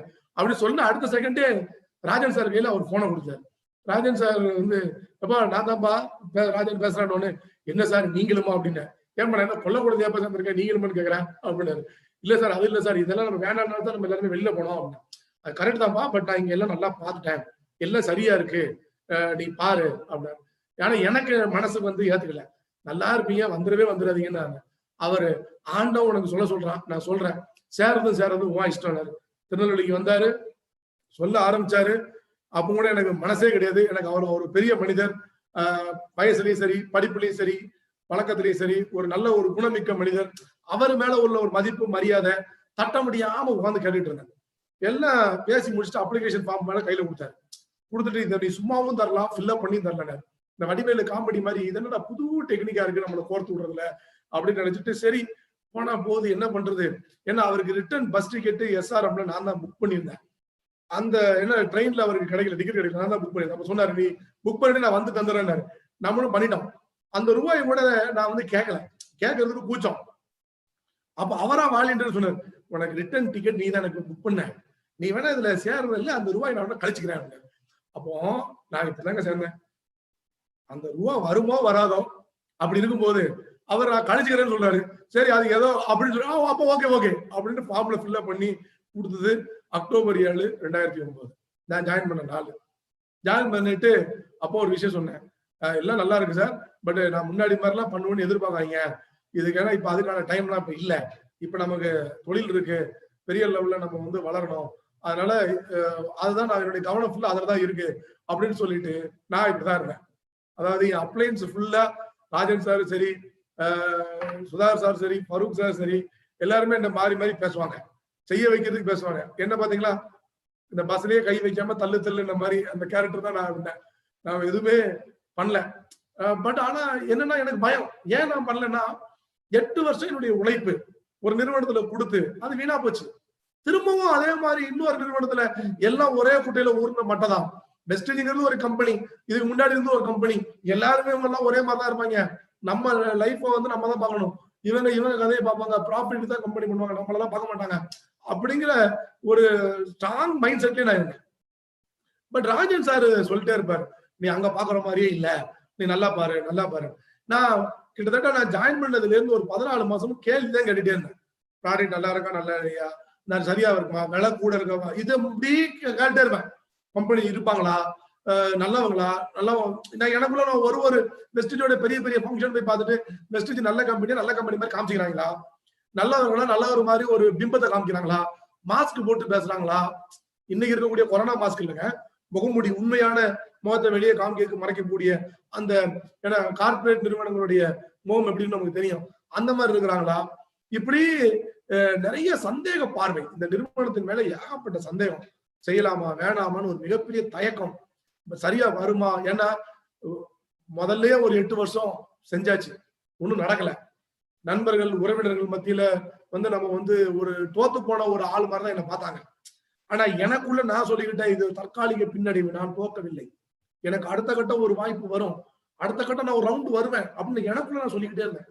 அந்த கஷ்டப்பட்ட அந்த 7 காலங்கள்ல 7 வருட காலங்கள்ல நான் எனக்குள்ள சொல்லிக்கிட்டு என்னன்னா, திரும்பவும் வருவேன், மறுபடியும் வருவேன், அது முன்னாடி இருக்கிறத விட பல மடங்கு பெருசா வருவேன், எப்படி வருவேன் தெரியாது, பட் வருவேன் அப்படிங்கிறத மட்டும் எனக்குள்ள நான் ஸ்ட்ராங்கா சொல்லிக்கிட்டே இருந்தேன். அதனால வெஸ்டேஜ் கிடைக்கும் போதும் நம்ம உழைப்பு வீணா போயிடக்கூடாது அப்படிங்கிறதுல நான் அதிகமான எனக்கு கவனம் இருந்துகிட்டே இருந்தது. 14 மாதம் கேள்விதான் கேட்டேன், கேள்விகளை ஃபுல்லா கிளியர் பண்ணேன். அதுக்கப்புறம் அந்த 14 மாசமும் நான் இப்படிதான் இருந்தேன். என் அப்ளைன்ஸ் மாதிரி அவங்க எல்லாம் என்ன தள்ளதுக்கு முயற்சி பண்ணுவாங்க, நான் கையே வைக்காம தள்ளிட்டு இருந்த கதையை தான் நான் பண்ணிட்டு இருந்தேன். 14 மாதங்கள் முடியும் போது எல்லா விதமான என்னுடைய கேள்விகளுக்கும் ஆன்சர் கிடைச்சது. வெஸ்டேஜ்ல இழக்கிறதுக்கு ஒண்ணு இல்லைன்னு புரிஞ்சுது, நஷ்டம் அடைகிறதுக்கு ஒண்ணும் இல்லை, மார்க்கெட்டிங் பிளான் ரொம்ப சூப்பரா இருக்கு, சாமானிய மனுஷன் ஜெயிக்கிற மாதிரி இருந்தது. ராஜன் சார் நான் கேட்ட ஒரே ஒரு விஷயம் என்னன்னு சொன்னா, சார் மறுபடியும் நீங்களும் நானும் ஜெயிக்கிற மாதிரி இருந்தா நான் வரல, ஏன்னா அவரும் அந்த கம்பெனில ஒரு அச்சீவரா இருந்தாரு, நானும் அச்சீவரா இருந்தேன், மறுபடியும் நீங்களும் நானும் ஜெயிக்கிற மாதிரி தான் நான் வரல. சாதாரண மக்கள் நம்மளை நம்பி வராங்க பாருங்க, அவங்க ஜெயிப்பாங்களா, அவங்க ஜெயிக்க வைக்க முடியுமா அப்படின்னா நான் வரேன் அப்படின்னு ஒரு விஷயம் சொன்னேன். அது சார் சொன்னாரு, நான் பார்த்துட்டேன் அப்படிதான் இருக்கு, நீ வேணாலும் பாருன்னாரு. அதுக்கப்புறம் தான் ஒரு வழியா தள்ள முடியாத என்ன இந்த பிசினஸ்ல கூட முடிவு பண்ணி செய்ய ஆரம்பிச்சேன். என்னுடைய மேரேஜ் ஸ்டோரி நான் உங்களுக்கு சொன்னேன். மேரேஜ் நடந்தது மே 16, 2010. மேரேஜ் ஸ்டோரியை நான் ஆல்ரெடி சொல்லிட்டேன். யாரும் பொண்ணு கொடுக்கறதுக்கான சிச்சுவேஷன்ஸ் எல்லாம் இல்லாதப்போ எனக்கு அந்த நேரத்துல என் வீட்டுல அஸ்மிதாவோட அம்மா அவங்க மனமும் எல்லாம் புரிஞ்சுக்கிட்டு எனக்காக என்னதான் பார்த்தாங்க, நான் என்ன சம்பாதிக்க அப்படிங்கறதெல்லாம் பார்க்கல, என்னதான் பார்த்தாங்க. அண்ட் என்னுடைய மனைவியை பத்தி சொல்றதா இருந்தா இந்த இடத்துல நான் சொல்லிக்கிறேன். அதாவது எனக்கு வெளியில எல்லாம் உலகம், ஆனா அவங்களுக்கு நான் மட்டும் தான் உலகம். இந்த காலத்துல இப்படி ஒருத்தர் எனக்கு அடிக்கடி தோணும், என் ஒய்ஃப்ட சொல்லுவாங்க, இந்த காலத்துல இப்படி ஒரு ஆளா, இந்த காலத்துல இப்படி ஒரு ஆளா. ஏன்னா எல்லாம் டெவலப் ஆயாச்சு, மாடர்ன் ட்ரெண்ட், இப்ப உள்ள பெண்கள் எப்படி இருக்காங்க, எவ்வளவு விஷயங்கள்ல மாறிட்டாங்க. பட் என் ஒய்ஃப் ஸ்டில் இன்னமும் அந்த காலத்துல கணவர் மேல எப்படி அந்த பதிபக்திமாங்க இல்லையா, எப்படி பாசம், எப்படி அந்த ஒரு விஷயம் கேரிங், அந்த அன்பு, அதுல இன்னமும் என் ஒய்ஃப் பொறுத்தவரையில அது வேற லெவல்ல தான் இருக்காங்க. எனக்கு ஆச்சரியப்படுற மாதிரி தான் இருக்காங்க. என்னுடைய என் ஒய்ஃப இன்னொரு முக்கியமான நிறைய விஷயங்கள் இருக்கு, நான் சொல்றேன். அண்ட் இது என்னுடைய அம்மா அப்பா அந்த இடத்துல இருக்கிறது. இந்த லெப்ட்ல உள்ள போட்டோ பாத்தீங்கன்னா என்னுடைய அப்பா அம்மா, எங்க அண்ணா அண்ணி, நானு, அஸ்மிதா.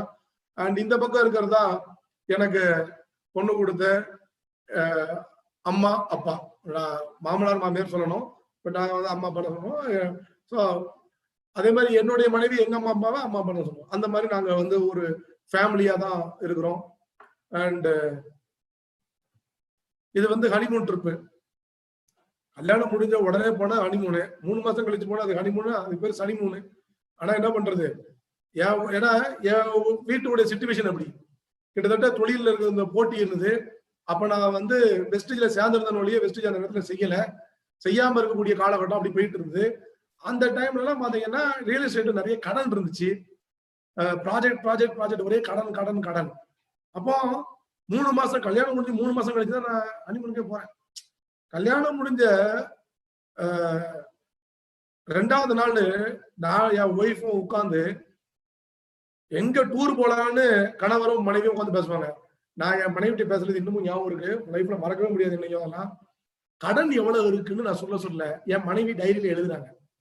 பேங்க் கடன் எவ்வளவு, ஜொல் லோன் எவ்வளவு, பர்சனல் லோன் எவ்வளவு, வெளியில 2 பைசா வட்டிக்கு வாங்கின லோன் எவ்வளவு, 3 பைசா கடன் வாங்கினது எவ்வளவு, 5 பைசா வட்டி எவ்வளவு, இப்படின்னு ஒண்ணா எழுதுறாங்க. அதெல்லாம் நான் சொல்லும் போது சிரிச்சுட்டு சொல்லுதேன், பட் அதெல்லாம் ரொம்ப ஒரு பெயினான விஷயம். பட் நான் சங்கடம் கொள்ள கூட சந்தோஷமா அனுபவிச்சுட்டு வந்துவேன். அதை பத்தி பெருசா நினைக்க மாட்டேன். பிகாஸ் ஏன்னா ஜெயிச்சவங்க யாருமே வந்து ஈஸியெல்லாம் ஜெயிச்சிடல. ஜெயிச்சவங்க எல்லாருமே ஒரு நல்ல கொடுத்தா ஜெயிச்சிருக்காங்க. இதுல சங்கடப்படுறது என்ன இருக்கு? அதெல்லாம் வந்து ஒரு struggling is a part of the life. அது ஒரு சேலஞ்ச், அது ஒரு சவால், அது ஒரு த்ரில், அது ஒரு எக்ஸ்பீரியன்ஸ். அதாவதுங்க எல்லாத்தையும் பார்த்துட்டு வந்ததுக்கு அப்புறம் அந்த வெற்றி வந்து இனிக்கும். உழைப்புகிற வேர் கசக்கும் போதுதான் வெற்றிங்கிற கனி இனிக்கும். உழைப்புகிற வேர் கசக்கலன்னு வச்சுக்கோங்க, அந்த கனி இனிக்கவே இனிக்காது. அப்ப எல்லாத்தையும் பார்க்கணும் லைஃப்ல. நான் எல்லாத்தையும் பார்த்தேன். அப்போ அந்த ட்ரிப் போயிட்டு வந்தேன். அப்ப கூட பாருங்க நான் எப்படி இருக்கேன்னு பாருங்க. இன்னைக்கு இருக்கிற போல்ராஜோட ஃபேஸ் எப்படி இருக்கு, அன்னைக்கு எப்படி இருக்குன்னு பாத்துக்கோங்க. என் மனைவியும் பாத்துக்கோங்க. அண்ட் அதுவும் பாருங்க ஹனிமூன் ட்ரிப் ஊட்டி. ஊட்டினா நினைச்சாங்க ஊட்டி வரைக்கும் கூட்டு பாருங்க. ஊட்டி என் மாமியார் வீடு. என் ஒய்ஃப் பிறந்து வளர்ந்ததே ஊட்டி தான். இந்த கார்டனுக்கு போற அந்த கார்டனுக்கு எதிர்த்தாப்புலதான் என் ஒய்ஃப் வீடு. பக்கத்துல கார்டன்ல இருந்து ஒரு 1/4 கிலோமீட்டர் கூட வராது. 2 தெரு ஆனா என் ஒய்ஃபோட வீடு. அப்போ அங்கேயே திரும்ப அவங்களை கூட்டு போயிருக்கேன். ஆனா அதையும் பொறுமையா என் மனைவி வந்து பெருசா எடுத்துக்கல. சரி அவருடைய பொருளாதார நிலை எப்படி இருக்கு பரவாயில்ல அப்படின்னு அதை மேனேஜ் பண்ண ஒரு பெருந்தன்மையான ஒரு மனைவி எனக்கு. அண்ட் அப்போ உள்ள கார் பாத்தீங்களா, ஒரு செகண்ட் ஹேண்ட் மாருதி காரு. என் கையில இருக்கிறது வந்து பவித்ரா. நான் எப்படி இருக்கேன்னு பாத்தீங்களா. அப்போ இதுதான் இந்த கார் தான். இந்த காரை தான் சுத்திட்டு இருந்தேன் எல்லா பக்கமும். மதுரைக்கு போனாலும் சரி, இல்ல ரியல் எஸ்டேட்டுக்கு சுத்துறது, கஸ்டமர்ஸை கூட்டு போறது எல்லாம் இந்த ஒரு கார் தான். அந்த காருக்கு வாய் இருந்தா அழுதுரும். அவ்வளவு தூரம் அந்த கார் வந்து அவ்வளவு டிராவல் பண்ணிருக்கோம் அதுல. சோ கையில இருக்குது என் பொண்ணு. இந்த சமயம் கூட நான் வந்து வெஸ்டேஜ்ல ஒன்னும் ஸ்டார்ட் பண்ணல அந்த நேரத்துல. சோ லைஃப் நடந்துட்டு இருக்கு, ஓடிட்டு இருக்கு, போராடிட்டு இருக்கிற டைம், கடன் பிரச்சனையில போராடிட்டு இருக்கிற டைம். ஆனா அப்ப கடன் அவ்வளவு இருக்கும்போது ஏன் அப்ப வெஸ்டேஜ் பண்ணல அப்படின்னு கேட்டா, மறுபடியும் ஒரு 8 வருஷம் மாறி வீணா போயிடக்கூடாத அப்படிங்கிற ஒரு பயம் தான், வேற ஒண்ணு இல்ல. இந்த தெனாலிராமன் கதையில வரக்கூடிய சூடுபட்ட பூனை ஃப்ரிட்ஜு பால் பக்கத்துல கூட போவாதுமாங்க இல்லையா, அந்த மாதிரிதான். அந்த மாதிரி ஆயிடக்கூடாதுன்னு ஒரு பயம். அண்ட் இந்த இடம் தான் நான் டிசிஷன் எடுத்த டைம். ராஜன் சார் 1,54,000 ரூபாய் அவருடைய இன்கம். அப்போ தான் நான் டிசிஷன் எடுத்தேன். என்னடா அவரு ஃபர்ஸ்ட் மந்த் இன்கம் 1,219 ரூபாய் வாங்கினாரு. இந்த 1,219 ரூபாய் வாங்கும்போது சொல்றாரு ஒவ்வொரு மாசம் வருமானம் சொல்லிக்கிட்டே வராரு. பட் நான் கேட்டுக்கிட்டே இருப்பேன். பட் நான் வந்து ஊன்னு கேட்பேன், பட் செய்ய மாட்டேன். எல்லாம் நல்லா தான் இருக்கு. பட் எனக்கு செய்யறதுக்குள்ள உள்ளுக்குள்ள பயம், தேவையில்லாம டைம் வேஸ்ட் பண்ண. பட் அது 14வது மாசம் பார்த்தா 1,50,000 ரூபாய் ஒரு இன்கம் வந்த உடனே அப்புறம் யோசிச்சேன், இது வரைக்கும் நாமளா ஒரு கணக்கு பண்ணோம். பெர்செப்ஷனுக்கும் ரியாலிட்டிக்கும் வித்தியாசம் வரும்போது இழப்பு நமக்கு தான். பெர்செப்ஷன் நாம நினைச்சுக்கிறது இப்படியாம அப்படியாம அப்படித்தானே இப்படித்தானே. பட் உண்மை வேற ஒண்ணா இருந்தா அதனால லாஸியா இருக்கு. இந்த இடத்துலதான் நிறைய பேர் பண்ணக்கூடிய தப்பு. நான் வெஸ்டேஜ் வந்து புரிஞ்ச விதம் என்ன, வெஸ்டேஜ் இப்படிதான் சரியில்லை, வராது, கிடைக்காது, அத மாதிரி ஆகும், இத மாதிரி ஆகும். இது என்னுடைய பெர்செப்ஷன். பட் உண்மை என்ன, ராஜன் சார் 14ஆம் மாசம் 1,50,000 ரூபாய் வாங்கிட்டாரு. வெஸ்டேஜ் சூப்பரா இருக்கு, உழைக்கிறவங்க எல்லாம் ஜெயிக்கிறாங்க. அதான் உண்மை நிலவரம். அப்போ நான் நினைப்பது என்னுடைய பெர்செப்ஷன் ஒன்னாகும், உண்மை தன்மை வேறு ஒன்னாகவும் இருக்கும்போது லாஸ் யாருக்கு, எனக்கு தான். நான் தான் இழந்தேன். அப்புறம் யோசிக்கிறேன், இதுக்கப்புறமே வேடிக்கை பார்த்துட்டு இருந்தா வேடிக்கை தான் பார்க்கணும், இறங்கி செஞ்சிட வேண்டியதான் அப்படின்னு முடிவு பண்ணி டிசிஷன் எடுத்த நேரம் தான் அந்த நேரம். அப்புறம் தான் செய்ய ஆரம்பிச்சேன். என்னோட லைஃப் ஸ்டைல் இப்ப எப்படி மாறி இருக்கு அப்படிங்கிறத நான் இப்ப உங்களுக்கு காமிக்கிறேன்.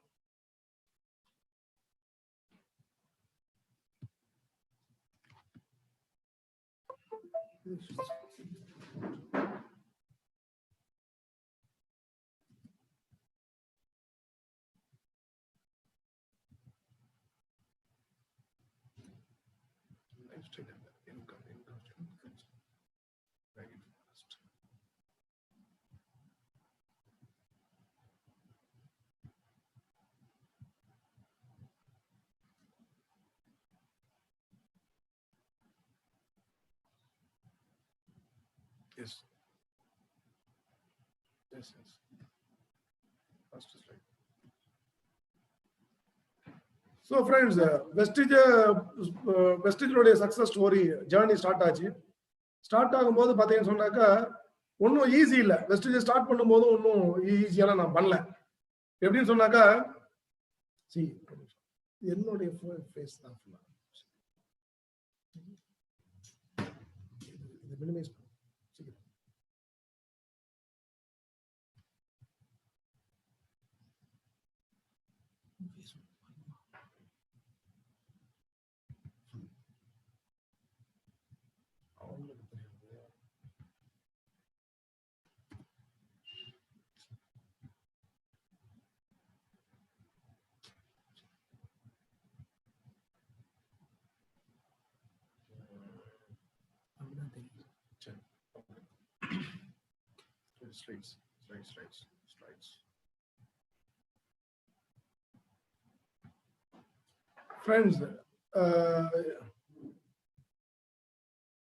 ஒரு முக்கியமான விஷயத்த நான் அந்த இடத்துல ரொம்ப ஒரு முக்கியமான விஷயம் இது அவ்வளவு பேருக்கு தெரியும்னு எனக்கு தெரியல. பட் நான் ஷேர் பண்ணி ஆகணும். என்னன்னா, நான் இதுக்கு முன்னாடி இருந்த கம்பெனில உள்ள எக்ஸ்பீரியன்ஸ்னாலயோ அல்லது நான் அங்க இருந்து வந்ததுனால ஒரு பெரிய டீமோட இங்க வந்துட்டேன், ஈஸியா ஜெயிச்சிட்டேன் அப்படிங்கிறதுலாம் இல்ல. நான் வெஸ்டேஜ் ஸ்டார்ட் பண்ணும்போது இங்கேயும் ஜீரோல இருந்தா ஸ்டார்ட் பண்றேன். ஏன்னா என்னுடைய பழைய நான் நிறுவனத்துல இருந்த ஆளுங்க யாருமே என் கூட வெஸ்டேஜுக்கு வரல.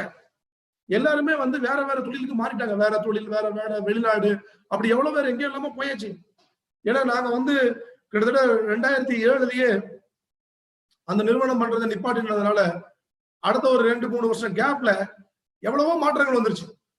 ஒவ்வொருத்தருடைய லைஃப்லயும் வேற இடங்கள். என் கூட இருந்து என்னுடைய ஃப்ரெண்ட் லைன், அந்த பழைய நிறுவனத்துல எனக்கு ஃப்ரெண்ட் லைனா இருந்து நான் அவ்வளவு பெரிய வெற்றிக்கு பக்கபலமா இருந்த என்னுடைய ஃப்ரெண்ட் லைன் லீடர்ஸ் சொல்லக்கூடியவங்க யாருமே ஒருத்தர் கூட வெஸ்டேஜ் காது கொடுத்து கூட என்னன்னு சொல்ல வந்தவங்க கூட எனக்கு அட்வைஸ் பண்ணாங்க. எப்ப வேணவே வேணாம் போடுறது, தயவு செய்து வேணாம், நம்ம வேண்டாம், பண்ண வேண்டாம், நீங்க உங்க தொழில பாருங்க, நான் எங்க தொழில பாக்குறோம் அப்படிங்கிறத என்னுடைய ஒரு ஃப்ரெண்ட் லைன் கூட எனக்கு பழைய நிறுவனத்துல இருந்தவங்க வரவே இல்லை.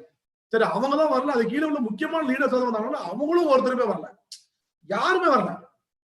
என்னடா இது வம்பா போச்சு. அப்போ இங்கேயும் அங்க எப்படி முதல்ல இருந்து எப்படி ஜீரோல இருந்து ஸ்டார்ட் பண்ணமோ அதே மாதிரிதான் இங்கேயுமா அப்படின்னு நான் நினைச்சேன். அதனால எனக்கு கொஞ்சம் மலைப்பாதான் இருந்துச்சு. பட் ஆனா அதை பத்தி நான் ஒன்னும் பெருசா மைண்ட் பண்ணல. பரவாயில்ல, ஸ்டார்ட் பண்ணலாம், ஜீரோல இருந்து ஸ்டார்ட் பண்ணா என்ன பண்ணலாம் அப்படின்னு சொல்லிட்டு தான் அந்த ஆளுங்க என் கூட பெரிய யாருமே ஃப்ரெண்ட் லைன் லீடர்ஸ் பழைய ஆளுங்க யாரும் வரல. ஆனா நான் சாதாரண ஆளுங்களா ஒவ்வொருத்தரையா கொண்டு வந்து ரொம்ப சாதாரண ஆளுங்க, எந்த பெரிய லெவல்ல ஒரு எக்ஸ்பீரியன்ஸ் சொல்ல முடியாது, பெரிய லெவல்ல நெட்வொர்க் பில்ட் பண்ணாங்கன்னு சொல்ல முடியாது. அந்த மாதிரியான சாதாரண ஆளுங்கள் எல்லாம் நான் வந்து என்ன பண்ணேன்னு சொன்னாக்கா, நான் வந்து இங்க கொண்டு வந்தேன். சோ கொண்டு வந்து ஒவ்வொருத்தரையா பிசினஸ் செய்ய ஆரம்பிக்கும் போது இங்கேயும் வந்து ஈஸி இல்லை, நிறைய கமாண்ட் வந்தது.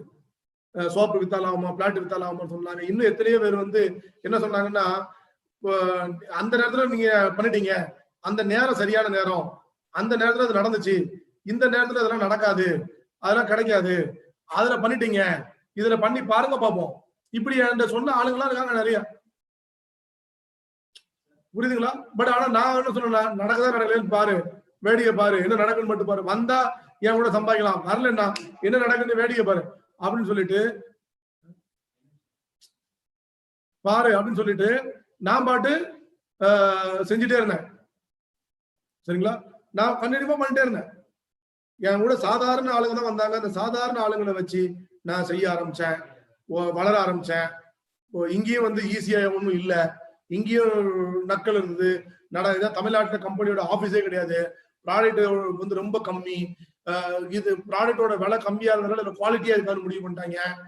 இப்படி ஒவ்வொருத்தரும் ஒரு விதமான விஷயங்கள் சேருவாங்க. பேச சேருவாங்க, ஆனா யாரும் பிசினஸ் பண்ண மாட்டாங்க. ஏன்னா ஜாயினிங் ஃபீஸ் ஒண்ணுமே இல்லை. அதனால ஈஸியா ரசீது பண்றதுல இந்த வருத்தப்படாத வாலிபர்கள் அந்த மாதிரி சேர்ந்தாங்க. பட் செய்யல. யாரு? புது ஆளுங்க, யாருக்குமே எக்ஸ்பீரியன்ஸ் உள்ளவங்க இந்த பக்கம் வந்துடவே கூடாது, எம்எல்எம்னா ஆளை விடு சாமின்னு கும்பிடு போட்டாங்க. சோ அப்படி இருந்தது டைம். அதுக்கப்புறம் பட் நான் வந்து ஸ்ட்ராங்கா ஒரு டிசிஷன் தான், நாம செஞ்சுட்டே இருப்போம், வர்றவங்கள கூட்டு போவோம், வராதவங்கள விட்டுட்டு போவோம், நாம போயிட்டே இருப்போம் அப்படிங்கிற ஒரு விஷயத்தோட நான் போயிட்டே இருந்தேன். என்னுடைய முதல் மாத வருமானம் 2816 ரூபாய். அதுக்கு அடுத்தது இந்த ரூபா வந்தப்பவும் கேள்வி கிண்டல் தான் எல்லாரும் பண்ணாங்க. பட் நான் கண்டுக்கல, நான் செஞ்சுட்டே இருந்தேன். அடுத்த மாசமே 8300. இப்படி ஒரு மாதமா பணம் கூடிக்கிட்டே இருக்குது. என்னுடைய முதல் வருடம் வெஸ்டேஜ்ல ஃபாரின் ட்ரிப் சொல்லுவாங்க இல்லையா, வருஷத்துக்கு 2 முறை ஃபாரின் ட்ரிப். அந்த ட்ரிப்பை பொறுத்த வரையில நான் வந்து மலேசியா அப்படின்ற நாட்டுக்கு வந்து நான் வந்து பயணம் பண்றேன். இந்த டூர்ல நம்மளுடைய ஒரு அருமையான தலைவர் வந்திருந்தாரு, மிஸ்டர் சேகர் வந்திருந்தாரு, நான் தான் நிக்கிறேன், என்னோட ராஜன் சார் தான் நிக்கிறாரு. இப்படி நாங்க போயிட்டு வந்தோம் அந்த டூரு. அண்ட் வருமானம் பாத்தீங்கன்னு சொன்னாக்கா 48,000 ஆச்சு. 1 இயர் கம்ப்ளீட் ஆகும் போது ஒரு 48,000 ரூபாய் வருமானம் வந்தது. அந்த வருமானம் கொஞ்சம் ஓகே சூப்பர் அப்படின்ற மாதிரி ஒரு விஷயமா இருந்தது. அண்ட் அடுத்த கட்டம் அப்படி டெவலப் ஆகிறோம். 62,000 ஜூன்ல. ஜூலைல நெதர்லாந்து ட்ரிப் போனேன். பெல்ஜியம், பிரான்ஸ், நெதர்லாந்து 3 இடம் போயிட்டு வந்தேன். அண்ட் ஒரு 8-10 நாள் ஆச்சு அந்த ட்ரிப்பு. போயிட்டு வந்தப்போ பாத்தீங்கன்னா இன்கம் 92,000 ஆச்சு. இந்த இடத்துல நான் ஒரு டிசிஷன் எடுத்தேன். நம்ம கவனிக்காம இருந்தா கூட ஒரு தொழில் வளருதுன்னா அதுதான் நமக்கு பாதுகாப்பு தரக்கூடிய தொழில். நான் கவனிக்கல, ஆனாலும் ஒரு தொழில் வளருது. அங்க நம்ம கவனிச்சு வளருது எப்படி, கவனிக்காம இருந்தாலும் வளருது எப்படி அப்படின்னு சொல்லிட்டு தான் நான் வந்து இந்த தொழில வந்து ஒரு முடிவு எடுத்தேன், செய்ய ஆரம்பிச்சேன். இன்னும் ஃபாஸ்டா செய்ய ஆரம்பிச்சேன். அடுத்தது இப்படி படிப்படியா கூடுது. அடுத்தது இந்த டூரை பொறுத்தவரை துபாய் ட்ரிப் என்னுடைய அணியில 9 நண்பர்கள் வந்திருந்தாங்க. இந்த 3 அடி உயரம் மிஸ்டர் மாரியப்பன் அவர் உட்பட. அண்ட் அப்ப லைஃப் ஸ்டைல் அண்ட் அடுத்ததாக 1,44,000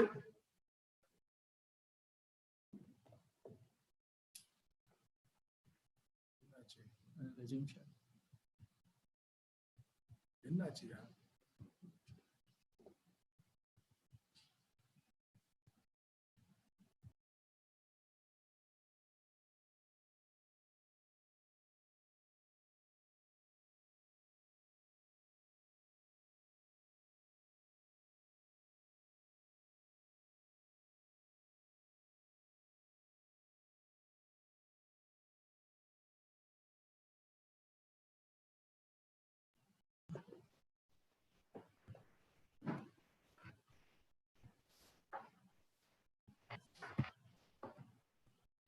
ஸோ ஃப்ரெண்ட்ஸ், அதுக்கப்புறம் ஆஸ்திரேலியா ட்ரிப் போயிட்டு வந்தேன். And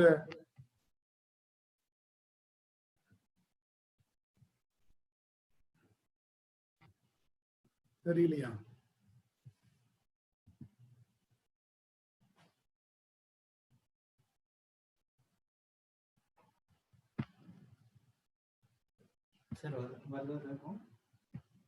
clear? Okay. So friends, என்னுடைய ஃபர்ஸ்ட் மந்த் இன்கம் 2,811. சாரி, கொஞ்சம் டெக்னிக்கலி இந்த ஸ்டேட்மெண்ட் நீங்க பார்க்காதனால திரும்ப நான் வந்து காமிக்கிறேன். இந்த ரூபா வந்தது. அண்ட் அப்படி படிப்படியா க்ரோ ஆகுது. And first year foreign trip Malaysia போயிட்டு வரேன். இன்கம் 48,000, அப்புறம் 62, அப்புறம் நெதர்லாந்து, பெல்ஜியம், பிரான்ஸ் 3 கண்ட்ரி போனேன். வெஸ்ட்ல இன்கம் 92 ஆச்சு. அடுத்ததாக துபாய் ட்ரிப் போயிட்டு வந்தேன். அடுத்தது 1,44,000 ஆச்சு. அண்ட் 223. அப்புறம் ஆஸ்திரேலியா ட்ரிப்பு. அண்ட் ஆஸ்திரேலியால பாத்தீங்கன்னா ஹெலிபேட்ல எல்லாம் பறந்தேன். அதெல்லாம் மறக்க முடியாத ஒரு எக்ஸ்பீரியன்ஸ். அண்ட் அப்புறம் ஒரு கார் வாங்கினேன், Volkswagen Vento top model car. என்னுடைய பர்த்டே அப்ப 2013 ஒரு 12 லட்சம் ரூபாய் மதிப்புள்ள வென்டோ கார், டாப் மாடல், 12 லட்சம் ரூபாய். என் ஒய்ஃப் கேட்டாங்க, வாங்கி கொடுத்தேன். என் ஒய்ஃப் சொன்னாங்க வென்டோ தான் வாங்கணும், ஒயிட் தான் வாங்கணும், அவங்களுக்காக வாங்கின கார். அண்ட் அப்புறம் 16 வருட பெய்ஜிங் டூர் எக்ஸ்டெண்ட் பண்ணிட்டு ஷாங்காய் அண்ட் இப்படி போயிட்டு இருந்தேன். இப்போ ரஷ்யா. அண்ட் அடுத்ததாக 19 நண்பர்களோட தாய்லாந்து அண்ட் கின்னஸ் ரெக்கார்டு உள்ள பிளேஸ் எடுத்த போட்டோ அது. அண்ட் ப்ராப்பர்ட்டி வாங்கினேன். இந்த ப்ராப்பர்ட்டியோட வேல்யூ பாத்தீங்கன்னு சொன்னாக்கா கிட்டத்தட்ட ஒரு 45 லட்சம் ரூபா. அதாவது எங்க அம்மா சொன்னாங்க இல்லையா, ஒரு சென்ட் இடம் வாங்கலையா அப்படின்னு கேட்டாங்க இல்லையா. அப்ப எங்க அம்மாட்ட சொன்னேன், வெஸ்ட்ல சம்பாதிச்சிருக்கிறேன், 6 ஏக்கர் சொத்து வாங்கிருக்கேன் அப்படின்னு சொன்னேன். ஃபர்ஸ்ட் சொத்து வாங்கும் போது சொல்லிட்டேன் 45 lakhs. ஸோ இதுல சந்தோஷமான தருணங்கள் இதெல்லாம். சொத்துக்கள் ரொம்ப ரொம்ப முக்கியம் ஒரு மனுஷனுக்கு. அடுத்தது 376. அப்புறம் வந்து துருக்கிங்கிற நாட்டுக்கு பயணம் பண்ணேன், ஹாட் ஏர் பலூன்ல டிராவல். அண்ட் 2வது சொத்து வாங்கினேன் நான் வீடு கட்டுறதுக்காக. ஒரு 17.42 சென்ட் இடம் வாங்கினேன். 67 லட்சம் ரூபா ஆச்சு. இந்த இடம் மட்டும் 67 லட்சம் ரூபா நான் வாங்கும்போது. இன்னைக்கு இதோட மதிப்பு கோடி ரூபாய்க்கு மேல. நான் வீடு கட்டுறதுக்காக வாங்கி வச்சிருக்கிற இடம். ஏதோ ஒரு இடத்த போட்டோ எடுத்து காமிக்கலாங்க. இப்ப நான் காமிச்சிருக்கிற இடம் வந்து என் இடம். அண்ட் அப்புறம் ஒரு 19 நண்பர்களோட இந்தோனேஷியா பாலி தீவு போயிட்டு வந்தேன். அப்புறம் அடுத்த கார் வாங்கினேன். என் வந்து என் மகன் கட்டது. மகன்னா காலேஜ் படிக்கிற பொண்ணு இல்ல, அவ எல்கேஜி படிக்கும் போது கேட்டா என் பொண்ணு. நான் எல்கேஜி படிக்கும் போது வாங்கி கொடுத்தேன். எல்கேஜி படிக்கும் போது குழந்தைங்க ஆசைப்பட்டு கேட்கறத காலேஜ் படிக்கும் போது வாங்கி கொடுக்கிற முயற்சி பண்ணக்கூடிய அப்பாக்களுக்கு மத்தியில அப்பப்ப கேட்கறத அப்பவே வாங்கி கொடுக்குற அப்பாவா மாத்துறது இந்த வெஸ்டேஜ் தான் நான் சொல்லுவேன். ஸோ இந்த காரோட ஒர்த்து 21 லட்சம். அண்ட் இதான் என் பொண்ணு. அண்ட் அடுத்தது ஸ்காட்லாந்து 4 நாள், லண்டனுக்கு ஒரு 4 நாள், 2 கண்ட்ரி போயிட்டு வந்தேன். அண்ட் அடுத்ததாக 42 நண்பர்களோட அபுதாபி அண்ட் துபாய் போயிட்டு வந்தேன். அடுத்ததாக கம்பெனி டோட்டல் டர்ன் ஓவர்ல ப்ராஃபிட்ல ஒரு ஷேர் 17 லட்சம் ரூபாய். அதாவது என்னன்னா ஒரு 5 கோடி ரூபாய் கிளப் ஆஃபர் அனௌன்ஸ் பண்ணாங்க. அதுல நான் அச்சீவ் பண்ணியிருந்தேன். அதனால 15 lakhs அவார்டு வாங்கினேன். அண்ட் அடுத்த ஃபாரின் ட்ரிப் ஸ்பெயின் போனேன் அணித்தலைவர்களோட. அண்ட் அடுத்தது வருமானம் 5 லட்சம் ஆச்சு. அடுத்ததாக இந்த ப்ராப்பர்ட்டி வாங்கினேன் 3 BHK 37 லட்சம் ரூபாய். இது வந்து 3 பெட்ரூம் பிளாட். இது எதுக்காக வாங்கினேன்னா, எனக்கு குழந்தைங்க சின்ன சின்ன பிள்ளைங்க, எனக்கு ட்வின்ஸ் வேற, ரெட்டையர்கள் அண்ட் பொண்ணு, என் பிள்ளைங்க விளையாடணும். நான் சின்ன வயசுல 10 வயசு வரைக்கும் நான் நல்லா விளையாண்டுட்டே இருப்பேன். படிக்கிறத விட எனக்கு விளையாட்டு தான் எனக்கு பிடிக்கும். நான் நல்லா விளையாடுவேன். அப்போ எனக்கும் என்ன ஆசைப்படுதுன்னா, என் பிள்ளைங்க எல்லாம் விளையாடணும். என் பிள்ளை இன்னமும் நீ என்ன படிச்ச என்ன படிச்சுன்னு கேட்கறத விட நீ டெய்லி விளையாண்டியா கேட்டே இருப்பேன். ஏன்னா இந்த விளையாட்டுங்கிறது மென்டலி ஸ்ட்ரென்த் பயங்கரமா வரும், பிசிக்கலி ஸ்ட்ரென்த் பயங்கரமா வரும். விளையாட்டுங்கிறது வெரி வெரி இம்பார்ட்டன்ட். வீடியோ கேம்லயே டிவிலயே இல்ல, ஓடி ஆடி விளையாடணும் பண்ணுவாங்க. அப்போ அதனால அப்ப பார்த்தேன், இப்போ உள்ள எல்லா மக்கள் எல்லாம் கதை அடைச்சிட்டு வீட்டுக்குள்ளேயே வாழ்ந்துட்டு இருக்காங்க. அப்ப எங்க போனா நிறைய பிள்ளைங்க இருப்பாங்கன்னு பார்த்தேன், சின்ன சின்ன பிள்ளைங்க. அப்போ அபார்ட்மெண்ட்ல நிறைய சின்ன பிள்ளைங்க இருப்பாங்க. என் பிள்ளைங்க விளையாடுறதுக்கு வசதியா இருக்கும்.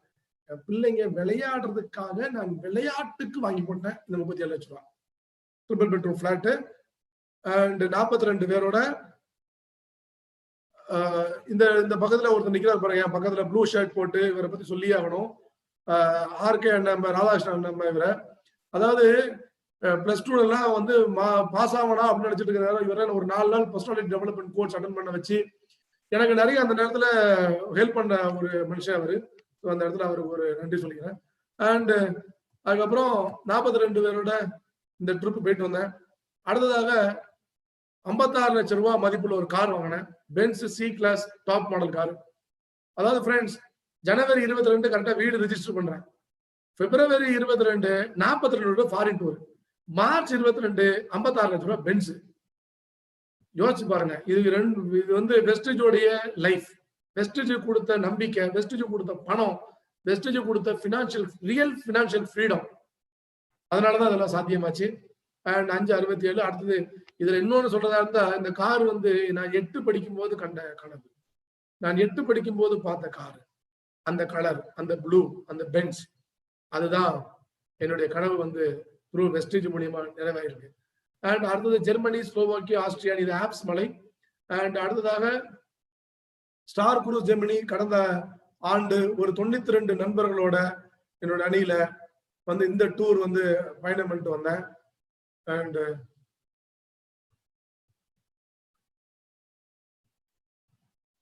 நான், என் மனைவி, என் 2 குழந்தைங்க, என் பொண்ணு. அப்ப டூர்னு உடனே என் ஒய்ஃப் கப்பல்ல போறேன்னு உடனே, இல்ல கப்பல்லாம் எனக்கு ஒத்துக்காது, வரல அப்படின்னா. அப்ப என் ஒய்ஃப் சொன்னேன், கப்பல்னா சரக்கு கப்பல் இல்லம்மா, சொகுசு கப்பல் அப்படின்னு சொல்லிட்டு யூடியூப்ல ஸ்டார் குரூஸ் ஜெமினிங்கிற கப்பலை என் மனைவிக்கும் என் பொண்ணுக்கும் காமிச்சேன். அதுக்கப்புறம் தான் அவங்க வாரன்னு சொன்னாங்க. ஃபேமிலியா ஒரு 2 நாடுகளை சுற்றி பார்க்கறதுக்கு 10 பைசா பாக்கெட் மணி இல்லாம கிட்டத்தட்ட எனக்கு இந்த ட்ரிப் ஒரு 3.5 லட்சம் ரூபாய் செலவாச்சு. பட் 10 பைசா பாக்கெட் மணி கிடையாது. இதுதான் ரியல் ஒரு life style, financial freedom. March இந்தியாவில தான் இருந்தேன். அண்ட் அடுத்து மேல எனக்கு இன்னொரு டூர் இருந்தது, தாய்லாந்து போனேன். ஜூன் ஜூலை இந்தியாவில இருந்தேன். ஆகஸ்ட் மறுபடியும் சவுத் ஆப்பிரிக்கா போனேன். அண்ட் அடுத்தது ஜனவரி, இந்த வருஷம் ஜனவரி இது. அதாவது ஆகஸ்ட் 19ஓட நான் போயிட்டு வந்த நாடுகளோட எண்ணிக்கை 19. ஒரு பிசினஸ் செய்யறோம்னா பணம் மட்டும் இல்ல, இங்க எனக்கு வந்து ஒரு என்னுடைய முக்கியமான கனவு ஒரு நாடா சுத்தணும். உலக நாடுகளை சுத்தி பார்க்கணும்னு ரொம்ப ஆசைப்படுவேன். இங்கனுக்குள்ள சுத்துறதை விட 1 மணி நேரம் 2 மணி நேரம் இங்கனுக்குள்ள ஒவ்வொரு ஊருக்கா போறதை விட எனக்கு நாடா சுத்தணும் தான் ரொம்ப ஆசைப்படுவேன். சோ அதனால எனக்கு 19 நாடு இது வரைக்கும் நான் போயிட்டு வந்திருக்கேன் த்ரூ வெஸ்டேஜ். ஸோ அடுத்தது இந்த வருஷம் ஜனவரி, பிப்ரவரி, மார்ச் மாசம் 4 லட்சம் ரூபாய். லாக்டவுன்ல கூட 4 லட்சம் ரூபாய் பணம். இந்த இடத்துல நான் இறைவனுக்கு நன்றி சொன்னேன், என் பெத்தவங்களுக்கு நன்றி சொன்னேன், எனக்கு இந்த வியாபாரத்தை கொடுத்த ராஜன் சாருக்கு நன்றி சொன்னேன்.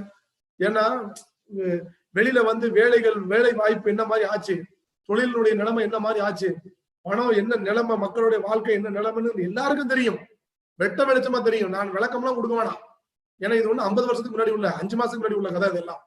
ஆனா அந்த சமயத்துல கூட நான் வீட்டுல உட்காந்துட்டு 30 நாள் வீட்டுல இருந்துட்டு 4 லட்சம் ரூபாய் பணம் வருதுன்னு சொன்னா, இதை விட மிகப்பெரிய பாதுகாப்பு, வாழ்க்கைக்கான பாதுகாப்பு, வருமானத்துக்கான பாதுகாப்பு, உங்க குடும்பத்திற்கான பாதுகாப்பு, ஏன் உங்களுக்கான பாதுகாப்பு வேற எங்க இருக்கு அப்படிங்கிற கேள்விதான் நான் உங்கள்கிட்ட வைக்கிறேன்.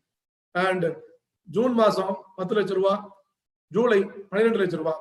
அதாவது லாக்டவுனுக்கு முன்பு இருந்த வருமானமும் லாக்டவுனுக்கு அப்புறம் உள்ள வருமானமும் பாத்தீங்கன்னு சொன்னாக்க, உலகமே முடக்கப்பட்ட நிலையில் கூட நாட்டினுடைய பொருளாதாரம் -28 இருக்கும்போது எங்களுடைய பொருளாதாரம் 100% growth.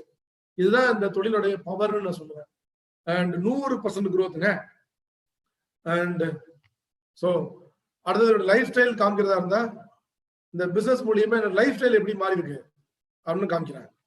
இந்த லைஃப் ஸ்டைல் பாருங்க, ஏன்னா வெறும் பணம் மட்டும் இல்ல இந்த பிசினஸ்ல. இங்க பாருங்க 2010 2010 ஒரு செகண்ட் ஹேண்ட் மாருதி காரு, அது 2020 லைஃப் எப்படின்னு பாருங்க. இந்த இந்த ஆளை பாருங்க எப்படி நிக்கன்னு பாருங்க. முகத்துல என்ன வலிஞ்சிட்டு, ஒரு மிகப்பெரிய ஒரு நம்பிக்கை இல்லாமல், மிகப்பெரிய ஒரு உற்சாகம் இல்லாமல், மிகப்பெரிய ஒரு மகிழ்ச்சி இல்லாமல். ஆனா இங்க பாருங்க இந்த கம்பீரத்தை பாருங்க. பட் என்ன அப்படின்னு சொன்னாக்கா, ஏன்னா அது ஃபுல்லா கடன் இருந்துச்சு. அப்போ ஏகப்பட்ட கடன், ஸ்ட்ரெஸ், மன அழுத்தம், ராத்திரி படுத்த தூக்கம் வராது, அந்த மாதிரியான ஒரு ஆள் அப்போ. அதுவே இந்த ஆளு இங்க இருக்கிற இந்த 2020 உள்ள போல்ராஜை பாருங்க. படம் பார்த்து கதை சொல்லும்பாங்க, நான் படம் காமிச்சு என் கதையை சொல்லிட்டு இருக்கேன். அண்ட் ஃபேமிலி ட்ரிப், குரூஸ், கப்பல் பயணம். ஊட்டிக்கு என் ஒய்ஃபை கூட்டு போகும்போது நான் சொல்லியிருந்தேன், உன்னை வெளிநாட்டு நாடா உன்னை கூட்டு போவோமா, இப்ப ஏதோ முடியல, பட் உன்னை கண்டிப்பா நான் வந்து உலகத்துல பல நாடுகளுக்கு உன்னை கூட்டு போவேன் அப்படின்னு என் ஒய்ஃப்ல சொல்லியிருந்தேன். தேங்க்ஸ் டு வெஸ்டேஜ் என் ஒய்ஃபுக்கு கொடுத்த வாக்குறுதியை காப்பாற்ற வச்சிருச்சு. அண்ட் எங்க அம்மா சொன்னாங்க, ஒரு பொட்டு கிராம் தங்கம் வாங்கினியான்னு. எனக்கு சின்ன வயசுல இருந்தே கனவு, என்னுடைய மனைவிக்கு நான் நிறைய நகை வாங்கி கொடுக்கணும், நிறைய நகை வாங்கி கொடுத்து என் ஒய்ஃபுக்கு நிறைய நகை செஞ்சு கொடுக்கணும்னு எனக்கு ஆசை. ஸோ இது எல்லாமே இப்ப ரீசெண்ட் டைம்ல நான் இதை பாருங்க, இது ஏதோ நகை கடையில போய் சும்மா பார்த்துட்டு வரலாங்க, இதெல்லாம் வாங்கிட்டோம் நாங்க, இதெல்லாம் வாங்கின நகை. இன்னைக்கு ஒரு மேரேஜ் வீட்டுக்கு, சொந்தக்காரனுடைய மேரேஜ் வீட்டுக்கு போனாலோ, ஒரு ஃபேமிலி ஃபங்க்ஷனுக்கு போனாலோ, என் ஒய்ஃபை பாத்தீங்களா இத மாதிரிதான் நான் வந்து கூட்டு போவேன். அதுல எனக்கு சந்தோஷம், அதுல எனக்கு ஒரு சந்தோஷம் இருக்கு, என் மனைவிக்கு அது ஒரு சந்தோஷம் இருக்கு. அண்ட் அடுத்தது என் மனைவி இந்த பக்கம் உள்ள கார், இது வந்து பென்ஸ்ல அவங்க உட்காந்துருக்குது. ஏன்னா எங்க அம்மா அடிக்கடி சொல்லுவேன், நான் கல்யாணத்துக்கு முன்னாடி சின்ன வயசுல சொல்லுவேன், என் மனைவி வந்து நான் கார்ல கூட்டு போவேன், அவங்களுக்கு அந்த மாதிரி ஒரு கார் வாங்கி கொடுப்பேன், இந்த மாதிரி கார் வாங்கி கொடுப்பேன். அப்படியே என் ஒய்ஃப், எங்க அம்மாட்ட வந்து என் வருங்கால மனைவி என்னென்ன செய்வேன் அப்படின்னு சொல்லிட்டு இருந்தேன். பட் அதெல்லாம் வெஸ்டேஜ் மூலியமா நிறைவேற்ற முடிஞ்சது. என் ஒய்ஃப் உட்கார்ந்து இருக்கிறது பென்ஸ். நாங்க ஒரு மேரேஜ் போயிட்டு வரப்போ உள்ள போட்டோ அது. அண்ட் அடுத்தது இப்போ உள்ள போட்டோ, இது வந்து பேராசைலிங், பேராஷூட்ல என் மனைவி பறக்க வச்சேன் இந்த தாய்லாந்து ட்ரிப்ல. பேராஷூட்ல அவங்க பறக்கும் போது என் மனசு பறந்துச்சு, சூப்பர்ரா, போல்ராஜ் கிரேட்ரா அப்படின்னு. ஏன்னா பிகாஸ் இந்த போட்டோ வந்து இப்போ ரீசெண்ட் டைம், இப்போ ஊட்டிக்கு எடுத்த போட்டோ, இப்போ எடுத்தது 2020. அண்ட் என் கிட்ஸ், என்னோட நீங்க பழைய போட்டோ பார்த்துருப்பீங்க, அதே ஊட்டிக்கு நாங்க 2 பேரும் ஹனிமூன் ட்ரிப் உள்ள போட்டோ பாருங்க, இப்போ உள்ள எங்க போட்டோவை பாருங்க எப்படி இருக்கும்னு. அண்ட் அடுத்தது என் பிள்ளைங்கள்லாம் போட்டு போன வருஷம் மே மாசம் ஒரு பூவார் ஐலாண்ட் ரிசார்ட்ல என் பையன் ரிச்வின் ஸ்விம்மிங் பூல்ல குளிச்சுட்டு மேல வரும்போது, இங்க அப்படியே 2 பேர், ரிச்வின், ஜெய்வின், என் ஒய்ஃபு, நானு, கிட்டத்தட்ட ஒரு 3 நாள் ட்ரிப்பு நாங்க ஐலாண்ட் ரிசார்ட்ல தான் கம்ப்ளீட்டா இருந்தோம். பட்ஜெட்ல நான் இப்பவும் அதை கணக்கு பார்க்கல, ஆனா எப்படி பார்த்தாலும் ஒரு 50-60,000 ரூபாய்க்கு மேல செலவாச்சு. 60,000 ரூபாய்க்கு மேலே செலவு பண்ணோம். நான் வரும்போது ஒரு 20,000 ஒரு கார் வேற வாங்கிட்டு என் பசங்க விளையாட்டுக்காக. என் பசங்க ஸ்விம்மிங் பூல்ல இருந்தாங்க, ரிசார்ட்ல இருந்தாங்க. I feel very very happy. ஏன்னா இதுதான் நான் ஆசைப்பட்டேன், என் மனைவிக்கும் என் குழந்தைகளுக்கும் என்ன மாதிரி ஒரு விஷயம் கிடைக்கும்னு நான் ஆசைப்பட்டேன். நீங்க பாருங்க, இந்த கார் ஐலாண்ட் ரிசார்ட்டுக்கு போயிட்டு வரும்போது வாங்கின காரு. இந்த காரோட ஒர்த்து வந்து 26,000 ரூபாய். உட்காந்து ஓடிட்டு போவாங்க, வீட்டுக்குள்ள அப்பார்ட்மெண்ட் சுத்தி சுத்தி ஓட்டுற காரு. அதுவே என் பையன், இந்த பாருங்க, என் பையனை பாருங்க, அவன் வந்து பென்ஸ்ல தான் ரவுண்ட் அடிக்கணுமா. என் பையனை வந்து டெய்லி ரவுண்ட் அடிக்கணும் கார்ல, ஒரு நாள் எக்ஸ்யூல ரவுண்ட் அடிக்கணும், ஒரு நாள் பென்ஸ்ல ரவுண்ட் அடிக்கணும், அதுக்கப்புறம் அவன் கார்ல சுத்துவான். இதெல்லாம் வந்து இந்த லைஃப்லாம் வந்து நான் வெஸ்டேஜ் பண்ணணும்னு வச்சுக்கிடுவோமே, நான் ஏதோ ஒரு வேலை செஞ்சிருந்தா, ஏதோ ஒரு தொழில் செஞ்சிருந்தா, இந்த மாதிரி என்னுடைய ஃபேமிலிக்கு நான் அதெல்லாம் செஞ்சு கொடுக்க முடியுமா, எல்லாத்துக்கும் நான் கணக்கு பார்த்துட்டு இருப்பேன், அவ்வளவுதான். அண்ட் இது அவார்டு ஃபங்க்ஷன், ஃபர்ஸ்ட் டைம் ஒரு 15,000 பேர் முன்னிலையில தான் நான் இந்த அவார்டு, 5 லட்சம் ரூபாய் வாங்கின அவார்டு வந்து இந்த மாதிரி ஒரு ஸ்டேடியம் டெல்லியில. க்ரௌட பாருங்க, இவ்வளவு பெரிய கூட்டத்தை நான் அதுக்கு முன்னாடி நான் பார்த்ததே இல்லை என் லைஃப்ல. சும்மா ஏதோ நம்ம சினிஃபீல்ட்ல பிலிம் ஃபேர் அவார்ட்ல டைரக்டருக்கு அவார்டு கொடுக்காங்க, நடிகருக்கு அவார்டு கொடுக்கீங்க, நடிகைக்கு அவார்டு கொடுக்க, நம்ம வீட்டுல உட்காந்து பார்த்துட்டு இருக்கோம். என்னமோ அவ்வளவுதான் வானத்தை வந்து குதிச்ச மாதிரியும், நம்ம எல்லாம் வந்து ஏதோ ஒண்ணுக்கும் இல்லாத ஆள் மாதிரியும் அந்த வீடியோ அந்த அவார்டு வாங்கும்போது நம்ம பார்க்கும்போது அப்படிங்கிற ஒரு மாயை, ஒரு பிம்பத்தை உருவாக்கிட்டு நடக்காங்க. அவங்கதான் பெரிய திறமைசாலிகளா, இந்த சினிஃபீல்ட்ல அவார்டு வாங்குறாங்க, அவங்கதான் பெரிய புத்தாலியா, அவங்கதான் உழைக்கானுங்களா, நம்மளாம் உழைக்கலையா, நமக்கெல்லாம் அதுக்கு தகுதி இல்லையா? நீங்க வெஸ்டேஜ் சூப்பரா செஞ்சு ஜெயிங்க. அங்க என்ன உள்ள அவார்டு, அதை விட இங்க 10 மடங்கு 10 டைம்ஸ் இங்க இருக்கக்கூடிய ரெகக்னிஷன் அவார்டும் வேற. அதே மாதிரி அங்க இருக்கக்கூடிய லைஃப் அவங்க லைஃப் மட்டும் தான் மாத்திருக்காங்க. இங்க நம்ம மேடையில நிக்கோம்னு சொன்னாக்கா நம்ம நிறைய பேர் லைஃப் மாத்திட்டு நம்ம மாத்திருக்கோம். அப்போ ரியல் ஹீரோ லேடி செய்றீங்களா, நீங்க தான் ரியல் ஹீரோயின். அதை புரிஞ்சுக்கோங்க. யாரோ எழுதி கொடுத்த டைலாக் எல்லாம் நீங்க அங்க பேசிட்டு இருக்காங்க, பணம் வாங்கிட்டு போறாங்க. உங்க வாழ்க்கைக்கான சரித்திரத்தை நீங்க மாத்தி நீங்க உங்களுக்கான வசனங்களை நீங்க எழுதுவீங்க. நீங்க என்ன ஜெயிச்சீங்க, எப்படி ஜெயிச்சீங்கன்னு. அண்ட் இது வந்து ஃபேமிலியை வந்து பூவர் ஐலாண்ட் ரிசார்ட்ல இந்த 3 நாள் போன வருஷம் மே மாசம் 30ஆம் தேதி நெட்வொர்க் மார்க்கெட்டில் உள்ளவங்க மாச கடைசியில 30ஆம் தேதியில க்ளோசிங் மண்டையை உடைச்சிட்டு இருப்பாங்க. எல்லா எம்எல்எம் கம்பெனி அப்படிதான். பட் ஒரே ஒரு கம்பெனி மட்டும் தான் வித்தியாசம். 30ஆம் தேதி ஆனா க்ளோசிங் டென்ஷனே இல்லாம மண்டே உடைக்காம ரிலாக்ஸா ஜாலியா இருக்கிற ஒரே ஒரு கம்பெனி இந்தியாவில் இல்ல உலகத்திலேயே இருக்குன்னு சொன்னா அந்த கம்பெனிக்கு பேர் வெஸ்டேஜ். அதை புரிஞ்சுக்கோங்க. நான் 30ஆம் தேதி வந்து பூவர் ஐலாண்ட் ரிசார்ட்ல என் ஃபேமிலியோட கிரிக்கெட் ஆடிட்டு இருந்தேன், பேஸ்கெட் பால் ஆடிட்டு இருந்தேன். அது மட்டும் இல்ல, எங்க லைஃப் ஸ்டைல் என்னன்னா, இது வந்து போன என்னுடைய பர்த்டேக்கு மிஸ்டர் பிரின்ஸ்ங்கிறவரு முக்கூடல் பகுதியில் உள்ளவர் என்னுடைய பிறந்த நாளைக்கு நானே கேக் வெட்டது இல்லை. முன்னாடி என் மனைவி என் வாழ்க்கைக்கு வந்ததுக்கு அப்புறம் தான் பிறந்த நாளைக்கு நான் கேட்கவே வெட்ட ஆரம்பிச்சேன்.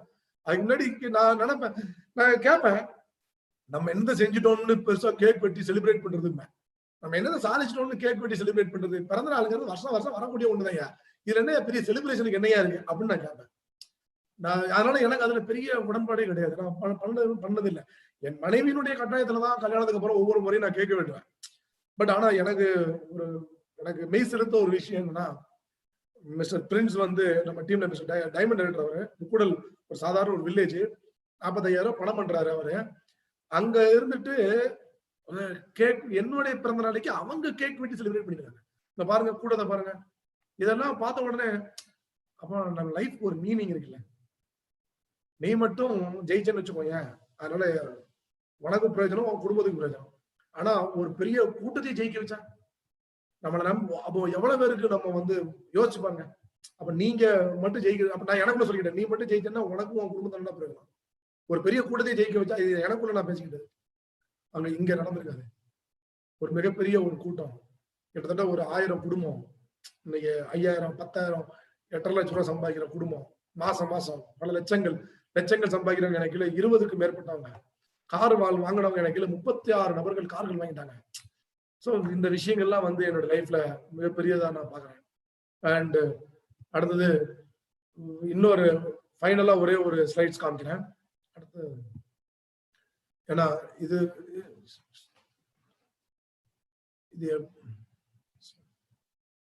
ஷேர் ஸ்ட்ரீம் சீக்கிரம் ஷேர் ஸ்ட்ரீம் கொடுத்து கரெக்டா கொடுத்தீங்கன்னா வராது. ஸோ ஃப்ரெண்ட்ஸ், இந்த வெற்றி, இந்த வாழ்க்கை மாற்றம் இது எனக்கு மட்டும் இல்லை, உங்களுக்கும் இது மாதிரியான மிகப்பெரிய மாற்றங்களுக்கான இடத்துல தான் நாம இருக்கிறோம். இந்தியாவில் எவ்வளவோ நிறுவனங்கள் வந்திருக்கலாம், இன்னமும் வந்துகிட்டு இருக்கலாம். நானும் கம்பெனி தான் எத்தனையோ பேர் இதுவரைக்கும் வந்தாங்க, இப்பவும் வந்துட்டு இருக்காங்க, இனியும் வருவாங்க. ஆனால் அவர்கள் அந்த நிறுவனங்கள் எல்லாம் அவர்களை நிறுவத்தான் வந்திருக்காங்க, அவர்கள் ஜெயிக்க தான் வந்திருக்காங்க, அவர்களுடைய லாபத்துக்காக தான் வந்திருக்காங்க. ஆனா பட் வெஸ்டேஜ் வந்து நமக்கான நிறுவனம், சாமானிய மனிதர்களை ஜெயிக்க வைக்கிறதுக்கான நிறுவனம், நம் கனவுகள் லட்சியங்கள் எது வேணும் அதை நிறைவேற்றுறதுக்கான ஒரு நிறுவனம், நம்மளை நம்பி வரக்கூடிய மிகப்பெரிய கூட்டத்தை ஜெயிக்க வைக்கிறதுக்கான ஒரு நிறுவனம், சாமானிய மனிதர்களுக்கான ஒரு நிறுவனம். அதான் ரொம்ப ஹைலைட். அண்ட் நான் வந்து நம்ம பிலோவ்ட் அப்ளைன்ஸ்னு பாக்குறதா, என்னுடைய நேரடி அப்ளைன் மிஸ்டர் சுதாகர் சார் இருக்கிறாரு, அவருக்கு நான் நிறைய நன்றி கடன் பட்டிருக்கிறேன். ராஜன் சார் என் பிசினஸ் பேசிட்டு நான் வந்து ஃபரூக் கீழே சேர்த்துக்கிட்டுமா அப்படின்னு சொல்லும்போது, அது கூட 2 பேர் கூட சேர்த்துக்கிடுங்க, நம்மளால இன்னும் 2 பேருக்கு 4 பேருக்கு பிரயோஜனம் தான், நல்லது தானே அப்படின்னு சொன்னேன். ஆனா நான் முதல்ல அப்படி சொன்னேன். ஆனா உண்மை என்னன்னா, என்னால அவங்களுக்கு பிரயோஜனங்கிறத விட அவங்களால எனக்கு நான் அடைஞ்ச பலன் தான் ஜாஸ்தி. ஏன்னா நான் வந்து அவங்களெல்லாம் ஜெம்மா நினைக்கிறேன். என் வாழ்க்கையில கிடைச்ச மிகப்பெரிய பொக்கிஷம் என்னுடைய அப்ளைன் மிஸ்டர் சுதாகர், அடுத்த அப்ளைன் மிஸ்டர் ஃபரூக், அண்ட் இவங்கெல்லாம் என்னுடைய வாழ்க்கையினுடைய பொக்கிஷங்களாக நான் கருதுறேன். இவங்களெல்லாம் ஒரு வார்த்தையில தேங்க்ஸ் சொல்லி முடிச்சிட முடியாது எனக்கு. அண்ட் ராஜன் சார் வாழ்க்கையில ஒரு இறை தூதர் போல, என் வாழ்க்கையில வந்து ஒரு இறை தூதர்னு நான் சொல்லுவேன். அந்த வார்த்தை எவ்வளவு பெரிய வார்த்தைன்னு எனக்கு அர்த்தம் தெரியாமல நான் பேசுறேன். அப்படி சொல்லுதோம்னா என் வாழ்க்கையில நான் எவ்வளவு சோதனைகளை கடந்து நான் வாழ்க்கையில எந்த எல்லை வரைக்கும் போய் வாழ்க்கையில நான் ஃப்ளூக்ல வரல, மேல போய் கீழே போய் மைனஸ்ல போய் போராட்டத்துல இருந்து திரும்ப வந்து, அப்போ அதுக்கெல்லாம் ஒரு காரணகர்த்தாவா எனக்கு ராஜன் சார். அதனால நான் அவருக்கு நான் நன்றி கடன் பட்டிருக்கேன். அண்ட் என் குடும்பமே நன்றி கடன் பட்டிருக்கு. நான் அடுத்தது சித்தார்த் சார். அவருமே பாத்தீங்கன்னா அவர் தரப்புல இருந்து நமக்கு என்ன கிடைக்கணும், அவர்கிட்ட இருந்து நமக்கு என்ன கிடைக்கணுமோ அதுக்கான விஷயத்த கிடைக்கிறதுக்கான பண்ணின ஒரு மனிதர், ஒரு மாமனிதர் மிஸ்டர் சித்தார்த். அண்ட் அடுத்ததாக என்னுடைய லீடர்ஸ், என்னுடைய மிஸ்டர் செந்தில். அண்ட் ரொம்பவே ஒரு பழகுறதுக்கும் இனிமையானவர். அண்ட் நிறைய விஷயங்கள் வந்து டீம்ல கோஆர்டினேட் பண்றதோ வைக்கிறதோ எல்லாமே பார்க்கக்கூடிய ஒரு அருமையான ஒரு நபர் mister Senthil. And mister Kanagaraj. இவங்க எல்லாம் வந்து என்ன நம்பிதான் வந்தாங்க. நான் சொல்றேன் அப்படி எல்லாம் வந்து நான் நம்பி வந்து சேர்ந்தவங்க. பழைய நிறுவனத்துல ஒரு 1000 ரூபாயோ ஒரு 5000 ரூபாய் கூட வாங்குவதற்கு ரொம்ப கஷ்டப்பட்டு போராட்டவங்க. இங்க வந்து இவங்க எல்லாம் லட்சங்கள் சம்பாதிக்கிறாங்க போது எனக்கு ரொம்ப பெருமையா இருக்கு, ரொம்ப சந்தோஷமா இருக்கு. அண்ட் அடுத்தது இந்த பக்கம் பாத்தீங்கன்னு சொன்னாக்கா இன்னொரு அண்ட் இன்னொரு ஃப்ரெண்ட் மிஸ்டர் சதீஷ்குமார் சார் இருந்தார், உட்காந்துருக்காரு. 8.5 லட்சம் ரூபாய் வாங்கிட்டு இருக்காரு. அண்ட் மிஸ்டர் கிருஷ்ணகுமார் சார் இருந்தா இருக்கிறாரு, 8.5 லட்சம் வாங்கிட்டு இருக்காரு. அண்ட் சேகர் சார் இருந்தா இருக்காரு, 2 லட்சம் ரூபாய் இன்கம் உள்ளவர். அண்ட் மதன் சார் கிட்டத்தட்ட 1.5 லட்சம் மேல சம்பாதிச்சிட்டு இருக்கிறாரு. இவங்க எல்லாருமே நம்ம அணியினுடைய முக்கியமான பில்லர்ஸ். கிட்டத்தட்ட இவர்களுடைய உழைப்பு, ஒத்துழைப்பு, எங்களுக்கு இந்த டீம் எந்த ஒரு ஈகோவும் இல்லாம மிக சிறப்பாக ஒரு செயல்படக்கூடிய டீம். எங்களுக்குள்ள எந்த விதமான வேறுபாடுகள் இல்லாம யார் என்ன சொன்னாலும் நாங்க வந்து கேட்டுக்கிட்டு அதை வந்து நாங்க ஒரு டீம் அப்படிங்கிற ஒரு விஷயத்தோட உழைக்கக்கூடிய ஒரு அற்புதமான டீமாக நான் இவர்களெல்லாம் நான் எப்படி பாக்குறேன்னா, இறைவன் எனக்கு கொடுத்த பொக்கிஷங்கள் இவர்கள் எல்லாம். அண்ட் அடுத்ததாக என்னுடைய ஃப்ரண்ட்லைன் லீடர்ஸ்ல வரக்கூடிய ஒரு mister Arumugam and mister Vijayaguru and mister Kumaran and mister Sathish and mister Murugan. இவர்களும் அடுத்தடுத்த நிலையில இன்னைக்கு வளர்ந்துட்டு வர்றாங்க. அண்ட் உடம்புலப்பேட்டை சேர்ந்த மிஸ்டர் மெசிபெல் and mister Amitabh, mister Aaron Dhanasingh and mister Rishikaraj, mister Mariappan. And இவர்கள் எல்லாருமே வந்து என்னுடைய frontline leaders and top leaders. இவங்க எல்லாரும் இவங்களுக்கு அடுத்தடுத்த நிலையிலேயும் பல லீடர்ஸ் இருக்காங்க. ஸோ ஒவ்வொருத்தரையா சொல்றதுக்கு டைம் இல்லை, தயவு செய்து மன்னிச்சுக்கோங்க. பட் இது ஒட்டுமொத்த ஒரு மிகப்பெரிய டீம்ல ஒரு மிகப்பெரிய ஒரு குழுவினுடைய முயற்சி. இங்க நான் பெரியவனா நீ பெரியவனா நீங்க யாருமே பாக்குறது இல்ல. இங்க எல்லாருமே நாம பெரிய ஆளாக வந்திருக்கோம், நம்ம நம்பி வரவங்களை பெரிய ஆளாக வந்திருக்கோம் அப்படிங்கிற ஒரு சிந்தனையோட ஒரு மனப்பான்மையோட தான் இங்க வந்து நாங்கள் செயல்பட்டு வரோம். அதனால இந்த தலைவர்களுக்கு எல்லாருக்குமே நான் நன்றி கடன் பட்டிருக்கேன். இவர்களெல்லாம் நன்றி சொல்றது நான் ரொம்ப சந்தோஷப்படுறேன். அண்ட் என்னுடைய ஃப்ரண்ட்லைன் லீடர்ஸ் அவ்வளவு நன்றி சொல்ல நான் சந்தோஷப்படுறேன், நன்றி கடன் பட்டிருக்கிறேன். அண்ட் என்னுடைய பேரலைன் லீடர்ஸ் பாத்தீங்கன்னா மிஸ்டர் சாய் கண்ணன், அவரை நான் வந்து அண்ணா தான் சொல்லுவேன். நான் கண்ணன் சாருன்னு வராது, அண்ணா தான் சொல்லுவேன். ஒரு பாசமிகு ஒரு அண்ணா அவரு நமக்கு. And I feel very happy அவங்க கூட நான் ட்ரிப் போகும்போது எல்லாமே. அண்ட் லட்சுமி குமாரன், அவரை பத்தி சொல்றதா நெதர்லாந்து ட்ரிப்ல ஒரு விஷயம் சொன்னாரு எனக்கு. என்ன அப்படின்னா, நான் பழைய கதையிலே பேசிட்டு இருப்பேன். பழைய நிறுவனத்துல ஜெயிச்சது, பழைய அங்க அப்படி செஞ்சாச்சு, பட் இங்கெல்லாம் இப்படி எல்லாம் பேசுவேன். அப்ப இந்த இங்க செய்யறதுக்கு நேரம் இல்லை இப்படிலாம் பேசுவேன். அப்ப லட்சுமி குமார் ஒரு நாள் நெதர்லாந்து ட்ரிப்ல வச்சு பேச சொன்னாரு, நீ அங்க அடிச்ச கிரிக்கெட் பாஷையில, நானும் கிரிக்கெட் ஆடுவேன் அவரும் கிரிக்கெட் ஆடுவார், அந்த கிரிக்கெட் பாஷையில சொன்னாரு, நீ அங்க அடிச்ச 6 அடிச்ச 4 அடிச்ச 50 அடிச்ச 100 அடிச்ச, கை தட்டினோம், விசில் அடிச்சோம், கை கொடுத்தோம், கை தட்டினோம், கப்பு கொடுத்தோம், போயிட்ட முடிஞ்சிருச்சு. அது வேற மேட்ச், இது வேற பிச்சு வேற மேட்ச். வெஸ்டிஜ் சொன்னாரு, வெஸ்டிஜ்ங்கிறது வேற மேட்ச், இது வேற கிரவுண்டு. இங்க நீ என்ன பண்ண போற அதை முடிவு பண்ணு, இன்னும் பழைய கதையவே பேசிட்டு இருக்காத அப்படின்னு. ஒன்னும் பழைய கதை, பழைய பழம்பெரும் கதைகளையே பேசிட்டு இருக்காத, இங்க நீ என்ன செய்ய போற? அந்த ஒரு விஷயம் எனக்கு என்ன ரொம்ப யோசிக்க வச்சது. அடுத்த கட்ட நம்ம முடிவெடுக்க வச்சது என்னுடைய பிசினஸ் இன்னும் அடுத்த கட்ட ஸ்பீடுக்கான ஒரு உரம் அந்த கேள்வி. அண்ட் விக்டோரியா செல்விங்கிற மேடம் லேடிஸ்க்கு ஒரு ஐக்கானா நம்ம இன்னைக்கு பேசுற அளவுக்கு இன்னைக்கு இருக்கிறாங்க. அண்ட் இங்க யாருமே பாத்தீங்கன்னா அவங்களுடைய 7 லட்சம் ரூபாய் சம்பாதிக்கிறாங்க. நம்ம இன்னைக்கு ஒட்டுமொத்த ஒரு லேடிஸ் அச்சீவர்ஸுக்கு ஒரு உதாரணம் சொல்ற அளவுக்கு இருக்கிறாங்க. ஃபாரின் ட்ரிப்ல எல்லாம் எல்லாருமே வந்து ஒரு ஃபேமிலியா தான் நாங்க இன்னைக்கு டிராவல் பண்றோம். அண்ட் மைக்கேல் சாரு அவர் கொடைய தட்டி ஒரு டைலாக் பேசுவார், போதும் அவ்வளவுதான், அவர் ரொம்ப பேசவே வேணாம், அப்படி ஒரு தட்டி அப்படி ஒரு டைலாக் வருவார், முடிஞ்சிருச்சு. அதுக்கு மேல அவர் அதுக்கப்புறம் பேசுறதுக்கு அதுக்கு முன்னாடி பேசுறதோ இல்ல, அது போதும். அவர் ஃபயர், ஒரு எனர்ஜி. அண்ட் நாங்க செல்லம்மா அவர் சித்தப்புன்னு தான் சொல்லுவோம். அந்த மாதிரி ஒரு சூப்பரான ஒரு பர்சனாலிட்டி. அண்ட் இந்த பாலா சார் இருக்கிறாரு கோயம்புத்தூர்ல, முதல் மாதமே ₹1,00,000 மேல வாங்கி, அதாவது லேட்டா தான் சம்பாதிப்பாங்க அப்படிலாம் சொல்றதுக்கு இல்லாம உடனடியா ஒரு உதாரணமா மாறினவர். அண்ட் யோகானந்த் இருக்கிறாரு. அண்ட் ஒரு நமக்கு ரொம்ப விரும்பின ஒரு கேரக்டர் வரலாம், சூப்பரான ஒரு மனிதர் பழகிறதுக்கு. அண்ட் எனக்கு இந்த டெக்னிக்கல் சப்போர்ட் நம்ம நிறைய விஷயங்களை செஞ்சுட்டு இருக்கிறது மிஸ்டர் ஆனந்த். இன்னைக்கு கூட நீங்க பாத்துருப்பீங்க, நிறைய விஷயங்கள் செஞ்சுட்டு இருக்கிறது அவர் தான். அண்ட் அவருக்கு நான் ஒரு தேங்க் பண்ணிக்கிறேன். அண்ட் அடுத்தது இவங்களை பத்தி சொல்லியே ஆகணும். இந்த டீம் நாங்க இன்னைக்கு இவ்வளவு தூரம் வளர்ந்துட்டு இருக்கிறோம்னா, இன்னும் வளருதுன்னா அதுக்கு இந்த லீடர்ஸ், அற்புதமான மதன் சார், அற்புதமான சேகர் சார், அற்புதமான சதீஷ் சார், ஒவ்வொருத்தருக்கும் ஒரு சொல்லிக்கிறதுக்கு ஒரு குணாதிசயங்கள் இருக்கு.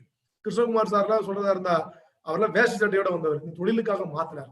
சதீஷ் சார்லாம் என்ன நம்பிதான் வந்தார். அண்ட் சேகர் சார்லாம் ஃபர்ஸ்ட் கார், நம்ம டீம்ல ஃபர்ஸ்ட் கார் வச்சு பண்ணி வாங்கி அந்த சாவி என் கையில கொடுத்து வாங்கினார். நான் அப்ப கார் வாங்கல, பட் அவரு வாங்கிட்டு வந்து இந்தாங்க சார் கொடுத்து வாங்க சார் அப்படின்னாரு. அதெல்லாம் வந்து லைஃப்ல வந்து மறக்க முடியாத விஷயங்கள் எனக்கு. அண்ட் மதன் சார் சொல்றதா இருந்தா, வேலை பார்த்துட்டு இருந்தார் சென்னையில. நான் ஒரு விஷயம் சொன்னேன், கான்கால்ல நான் பேசணும், அதெல்லாம் ஒரு டிசிஷன் எடுத்தாரு, அதெல்லாம் வந்து வேற மாதிரி செய்ய ஆரம்பிச்சார். அண்ட் கனகராஜ் அம்பாசமுத்திரம் அம்பானின்னு சொல்ற அளவுக்கு செல்லம்மா நாங்க சொல்லுவோம் அவரை. அண்ட் எந்த நிலையில இருந்து இன்னைக்கு ஒரு மிகப்பெரிய ஒரு மாற்றம். அவர் ஃபாரின் ட்ரிப் போனப்போ அவர் ஊர்ல நான் போஸ்ட் அடிச்சு விட்டினேன். ஏன்னா என்னோட ஏம் அதெல்லாம். அண்ட் செந்தில்குமார் சைக்கிள் அழுத்தி ஒரு மளிகை கடையில ஒரு சரக்கு போட்டுட்டு இருந்தவர், அந்த மாதிரி மளிகை கடை சரக்கு தான். இன்னைக்கு ஒரு 70 லட்சம் ரூபாய்க்கு வீடு அண்ட் 12 லட்சம் ரூபாய் காரு. இங்க எல்லாருமே கிருஷ்ணகுமார் சார் BMW அண்ட் அடுத்த வீடு கட்ட போறாரு. சதீஷ் சார் வந்து வீடு கட்டி வெஸ்டிஜ் இல்லம் ஒரு பெஞ்ச் மார்க் செட் பண்ணிட்டார். வெஸ்டிஜ் இல்லம் 70 லட்சம் ரூபாய். சோ இது எல்லாமே நான் எல்லாருக்குமே நன்றி கடன் பட்டிருக்கேன். ரொம்ப ரொம்ப ரொம்ப ரொம்ப எல்லாருக்கும், என்னுடைய லீடர்ஸ், என்னுடைய அப்ளைன்ஸ் லீடர்ஸ் எல்லாருக்குமே நான் நன்றி கடன் பட்டிருக்கேன். ஏன்னா இவங்க எல்லாரும் இல்லைன்னா நான் இல்லை. அண்ட் என்னுடைய டீம்ல இருக்கக்கூடிய லட்சக்கணக்கான டிஸ்ட்ரிபியூட்டர்ஸ், எல்லாரும் போட்டோவையும் காமிக்க முடியாது. என்னோட டீம்ல இருக்கக்கூடிய லட்சக்கணக்கான டிஸ்ட்ரிபியூட்டர்ஸ், அவர்களுடைய பிரேயர், நிறைய பேருடைய வாழ்த்துக்கள், எனக்காக பிரேயர் பண்ணக்கூடிய ஆயிரக்கணக்கான டிஸ்ட்ரிபியூட்டர்ஸ் என்னுடைய டீம்ல. என் வெற்றி அவர்கள் வெற்றியா கொண்டாடக்கூடிய மாதிரியான மனிதர்கள், அற்புதமான மனிதர்கள். இப்படிப்பட்டவங்க எல்லாம் இருக்க போய் தான் என்னுடைய வெற்றி இங்க வந்து. ஏன்னா டீம், வேதாத்திரி மகரிஷி அடிக்கடி சொல்லுவாரு, ஒரு பிடி சாதத்துல உலகத்தையே பார்த்துடலாம் பாரு. ஏன்னா அங்க ஒரு உலக ஒற்றுமை எனக்கு தெரியும். அதே போல இந்த அணியினுடைய ஒற்றுமை. அண்ட் அடுத்தது அண்ட் மேனேஜ்மெண்ட்டுக்கு நம்ம நன்றி சொல்லி ஆகணும். மிஸ்டர் அரவிந்த் ராத்திரி 11 மணிக்கு ஒரு ப்ராடக்ட் பில்லிங்னா கூட அதை பார்க்கக்கூடியவர். மிஸ்டர் சதீஷ்குமார் எல்லாமே ஃபாஸ்டா வேகமா செய்யக்கூடியவர், சிஸ்டமா ஒர்க் பண்ணக்கூடியவர். அண்ட் எந்த ஒரு விஷயம் சொன்னாலும் முகம் சுடிக்காம உடனே செஞ்சு கொடுக்கக்கூடிய மிஸ்டர் சதீஷ்குமார் அண்ட் மிஸ்டர் மோகன். அக்ரிகல்ச்சர்ல இன்னைக்கு தமிழ்நாட்டுல வந்து இவ்வளவு பெரிய மாற்றம் நடந்துட்டு இருக்குன்னா, வியாபாரம் கூட்டிட்டு இருக்குன்னா, மிஸ்டர் மோகனுடைய சிரத்தை ஜாஸ்தி. அவ்வளவு ட்ரைனிங் கொடுத்துக்கிட்டே இருக்கு. அண்ட் அது நம்ம டீமுக்கும் பயனுள்ளதா இருக்கு. அண்ட் காஸ்மெட்டிக்ஸ் ட்ரைனிங்கை பொறுத்தவரை ரேஷ்மா மேடம் கண்டினியூவா பண்ணிட்டு இருக்காங்க. அது நமக்கு காஸ்மெட்டிக்ஸ் சேல்ஸ் கூடுறதுக்கு பயனுள்ளதா இருந்துச்சு. அண்ட் பிரவீன் சார் ஒரு புக்கோட ஆத்தர், ஒரு சூப்பரான ஒரு personality. And VIP and VLC and நிறைய விஷயங்கள் வந்து நிறைய ட்ரைனிங்ஸ் ஆரம்பத்துலலாம் கிட்டத்தட்ட 10 வருஷமா நம்ம டீமுக்கு விஐபி கொடுத்துட்டு அது மாதிரியான ஒரு trainer. And Ashok sir product knowledge அப்படின்னா அவர் தான். என்ன ஒரு டாக்டராகவே ஆக்கிட்டோம் நம்ம அவரை. அந்த அளவுக்கு வந்து ஏகப்பட்ட ட்ரைனிங்ஸ் கண்டினியூவா கொடுத்து ஹெல்த் ப்ராடக்ட் சம்பந்தமான பிசினஸ் பெருசா பூம் ஆகிறதுக்கு சப்போர்ட் பண்ணவங்க. அண்ட் பிசினஸ் நாலேஜ்ல பிரவீன் சார். அண்ட் அதுக்கப்புறம் ரெஸ்பெக்டட் தீபக் சார். அண்ட் அவருடைய டாப் மேனேஜ்மெண்ட்ல சொல்றதா இருந்தா, நமக்காக ஒர்க் பண்ண, நமக்காகவே கம்பெனி ஆரம்பிச்சு செய்யக்கூடிய ஒர்க் பண்ண Deepak sir and Kanwar sir. எந்த ஒரு ஹெல்ப்போ ஐடி சம்பந்தமா, செக் போனஸ் செக் சம்பந்தமா எப்போ எது பேசினாலும் முகம் சுளிக்காமல் செஞ்சு நமக்கு இன்னைக்கு வரைக்கும், அன்னைக்கு இல்லைங்க இன்னைக்கு வரைக்கும், அன்னைக்கு எப்படி இருந்தாலும் அதே மாதிரிதாங்க 2300 கோடி வந்ததுக்கு அப்புறமும் இன்னைக்கும் அதே சர்வீஸ், அதே ஹெல்ப், அதே support. And great beloved MD Bali sir. அவரை நான் எப்படி பாக்குறேன்னா, கடவுளுடைய ஒரு அவதாரமா பாக்குறேன். கடவுள் வந்து நேர்ல வந்து மனிதர்களுக்கு உதவ முடியாது.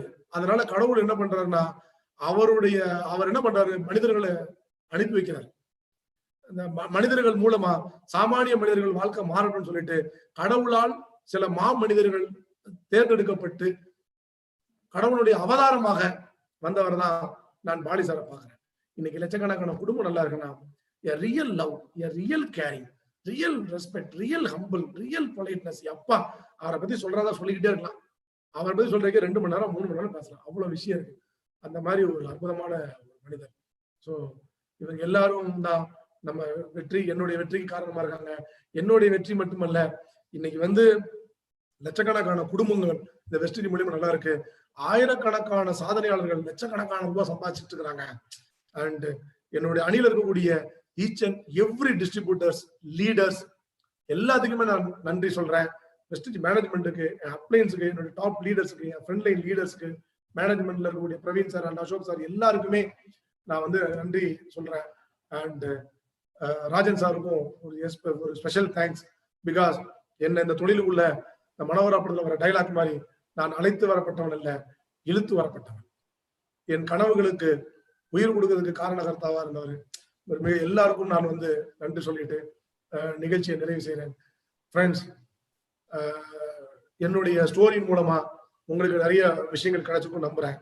அந்த ஸ்டோரியா பார்க்காதீங்க, அதுல இருந்து எடுக்கக்கூடிய விஷயங்கள் உங்களுக்கு மிகப்பெரிய மாற்றங்கள் தரும் சொன்னா, நீங்களும் இந்த நிகழ்ச்சியை பார்க்கக்கூடிய ஒருத்தரும் நீங்க உங்களுடைய வெற்றி கதைய இத மாதிரி சொல்ல ஆரம்பிக்கணும். நாங்களும் உட்கார்ந்து ஒரு பார்வையாளராக பார்த்து அகம் மகிழணும். அதைத்தான் நாங்க விரும்புறோம் சொல்லிட்டு, வாழ்க வளமுடன். All the very best. Thank you so much. Thank you so much. Thank you, sir. Thank you so much. So wonderful-ஆன ஒரு MTM. நான் இந்த செஷன் ஸ்டார்ட் பண்றப்போ சொல்லியிருந்தேன், நம்ம இவருடைய ஸ்டோரியோட தான் நம்ம ஸ்டார்ட் பண்ணோம். சில்வஸ்டர் ஸ்டாலினுடைய ஸ்டோரியோட நம்ம ஸ்டார்ட் பண்ணோம். ஸோ சில்வஸ்டர் ஸ்டாலினுடைய ஸ்டோரி படி அவர் நிறைய கஷ்டப்பட்டு தான் நிறைய முயற்சி எடுத்து அவருடைய இலக்கில் அவர் ரொம்ப தெளிவா இருந்தார். அது உங்களை மாதிரி தான் அவரும் சின்ன வயசுல இருந்து ஒரு பெரிய நடிகர் ஆகணும்னு நினைச்சாரு. நீங்களும் வாழ்க்கையில எல்லா செல்வ வளமும் அடையணும் அப்படின்னு சின்ன வயசுல இருந்து ஒரு பிசினஸ் மேனா இருக்கணும், ஒரு பிசினஸ்ல தான் நம்ம சக்சஸ்ஃபுல் ஆக முடியும் அப்படிங்கறத புரிஞ்சு அதுலயும் உங்களுடைய ஃபோக்கஸ் தொடர்ந்து இருந்ததனுடைய ரிசல்ட் தான் இன்னைக்கு இந்த அளவுக்கு பிரம்மாண்டமான சக்சஸ். அண்ட் நான் சொன்ன மாதிரி ஹாலிவுட்டுக்கு எப்படி சில்வஸ்டர் ஸ்டாலினும் அதே மாதிரி வெஸ்டீஜினுடைய சில்வஸ்டர் ஸ்டாலின் நீங்க தான். ஸோ ஒரு வண்டர்ஃபுல்லான ஒரு எக்ஸ்பீரியன்ஸ். உங்களுடைய ஒரு பாயிண்ட் கூட விடாம உங்களுடைய என்டையர் ஜேர்னி ஒரு 1.5-2 மணி நேரத்துல ஷேர் பண்றதுங்கிறது ஒரு சாதாரண விஷயம் இல்லை. ஸோ ரொம்ப கிறிஸ்ப் அண்ட் கிளியரா நம்முடைய லீடர்ஸ் அண்ட் அப்கமிங் லீடர்ஸ், டிஸ்ட்ரிபியூட்டர்ஸ்க்கு புரியுற அளவுக்கு அவங்களுக்கு நிறைய கண்டிப்பா இந்த செஷன் நிறைய டேக்அவே இருக்கும். ஏன்னா எப்பவுமே ஒரு பிஸ்னஸ் மேனா நம்ம இந்த பிஸ்னஸ்குள்ள நம்ம ஸ்டார்ட் பண்றப்போ நம்ம அடிக்கடி டவுன் ஆகும். ஒரு சில நேரங்கள்ல ஒரு விதமான சந்தேகங்கள் வரும். நான் ஜெயிப்பனா, நான் நினைச்ச இடத்துக்கு வருவேனா அப்படிங்கிற ஒரு சந்தேகம் வரும். ஸோ அந்த சந்தேகங்கள் எல்லாம் முறியடிச்சு கண்டிப்பா நீங்க ஜெயிச்சே தீருவீங்க அப்படிங்கிறதுக்கு உங்களுடைய ஸ்டோரி கண்டிப்பா ஒரு மிகப்பெரிய ஒரு எக்ஸாம்பிள்.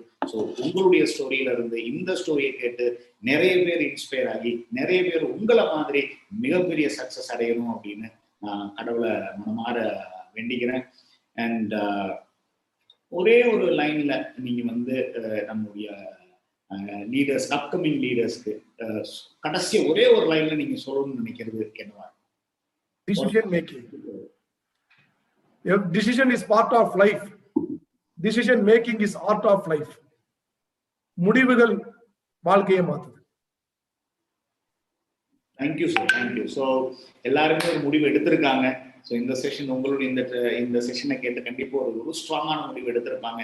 ஸோ அந்த முடிவில் அந்த டிசிஷன் அவங்களுடைய லைஃபை சேஞ்ச் பண்ணும் அப்படின்னு அது வெஸ்டீஜ் மூலியமா கண்டிப்பா சேஞ்ச் ஆகுங்கிறதுல எந்த விதமான சந்தேகம் இல்லை. ஸோ உங்களுடைய பொன்னான நேரத்தை நம்மளுடைய அப்கமிங் லீடர்ஸ்க்காக இவ்வளோ எஃபர்ட் எடுத்து பண்ணி கொடுத்ததுக்கு மேனேஜ்மெண்ட் சார்பாக என்னுடைய மனமார்ந்த நன்றி. Thank you so much sir. And இந்த செஷனுக்கு காரணகர்த்தாவா இருக்கக்கூடிய நம்முடைய சீனியர் ரேடியோ சேல்ஸ் மேனேஜர் அசோக்குக்கு என்னுடைய மனமார்ந்த நன்றி. அண்ட் எல்லா ஆடியன்ஸ் அண்ட் எல்லா லீடர்ஸ்க்கும் இந்த செஷன் எந்த அளவு சிறப்பிச்சு கொடுத்ததுக்கு என்னுடைய மனமார்ந்த நன்றி. Thank you so much. Thank you sir, thank you so much. Thank you so much sir, thank you so much. வாழ்க வளமுடன். தேங்க்யூ.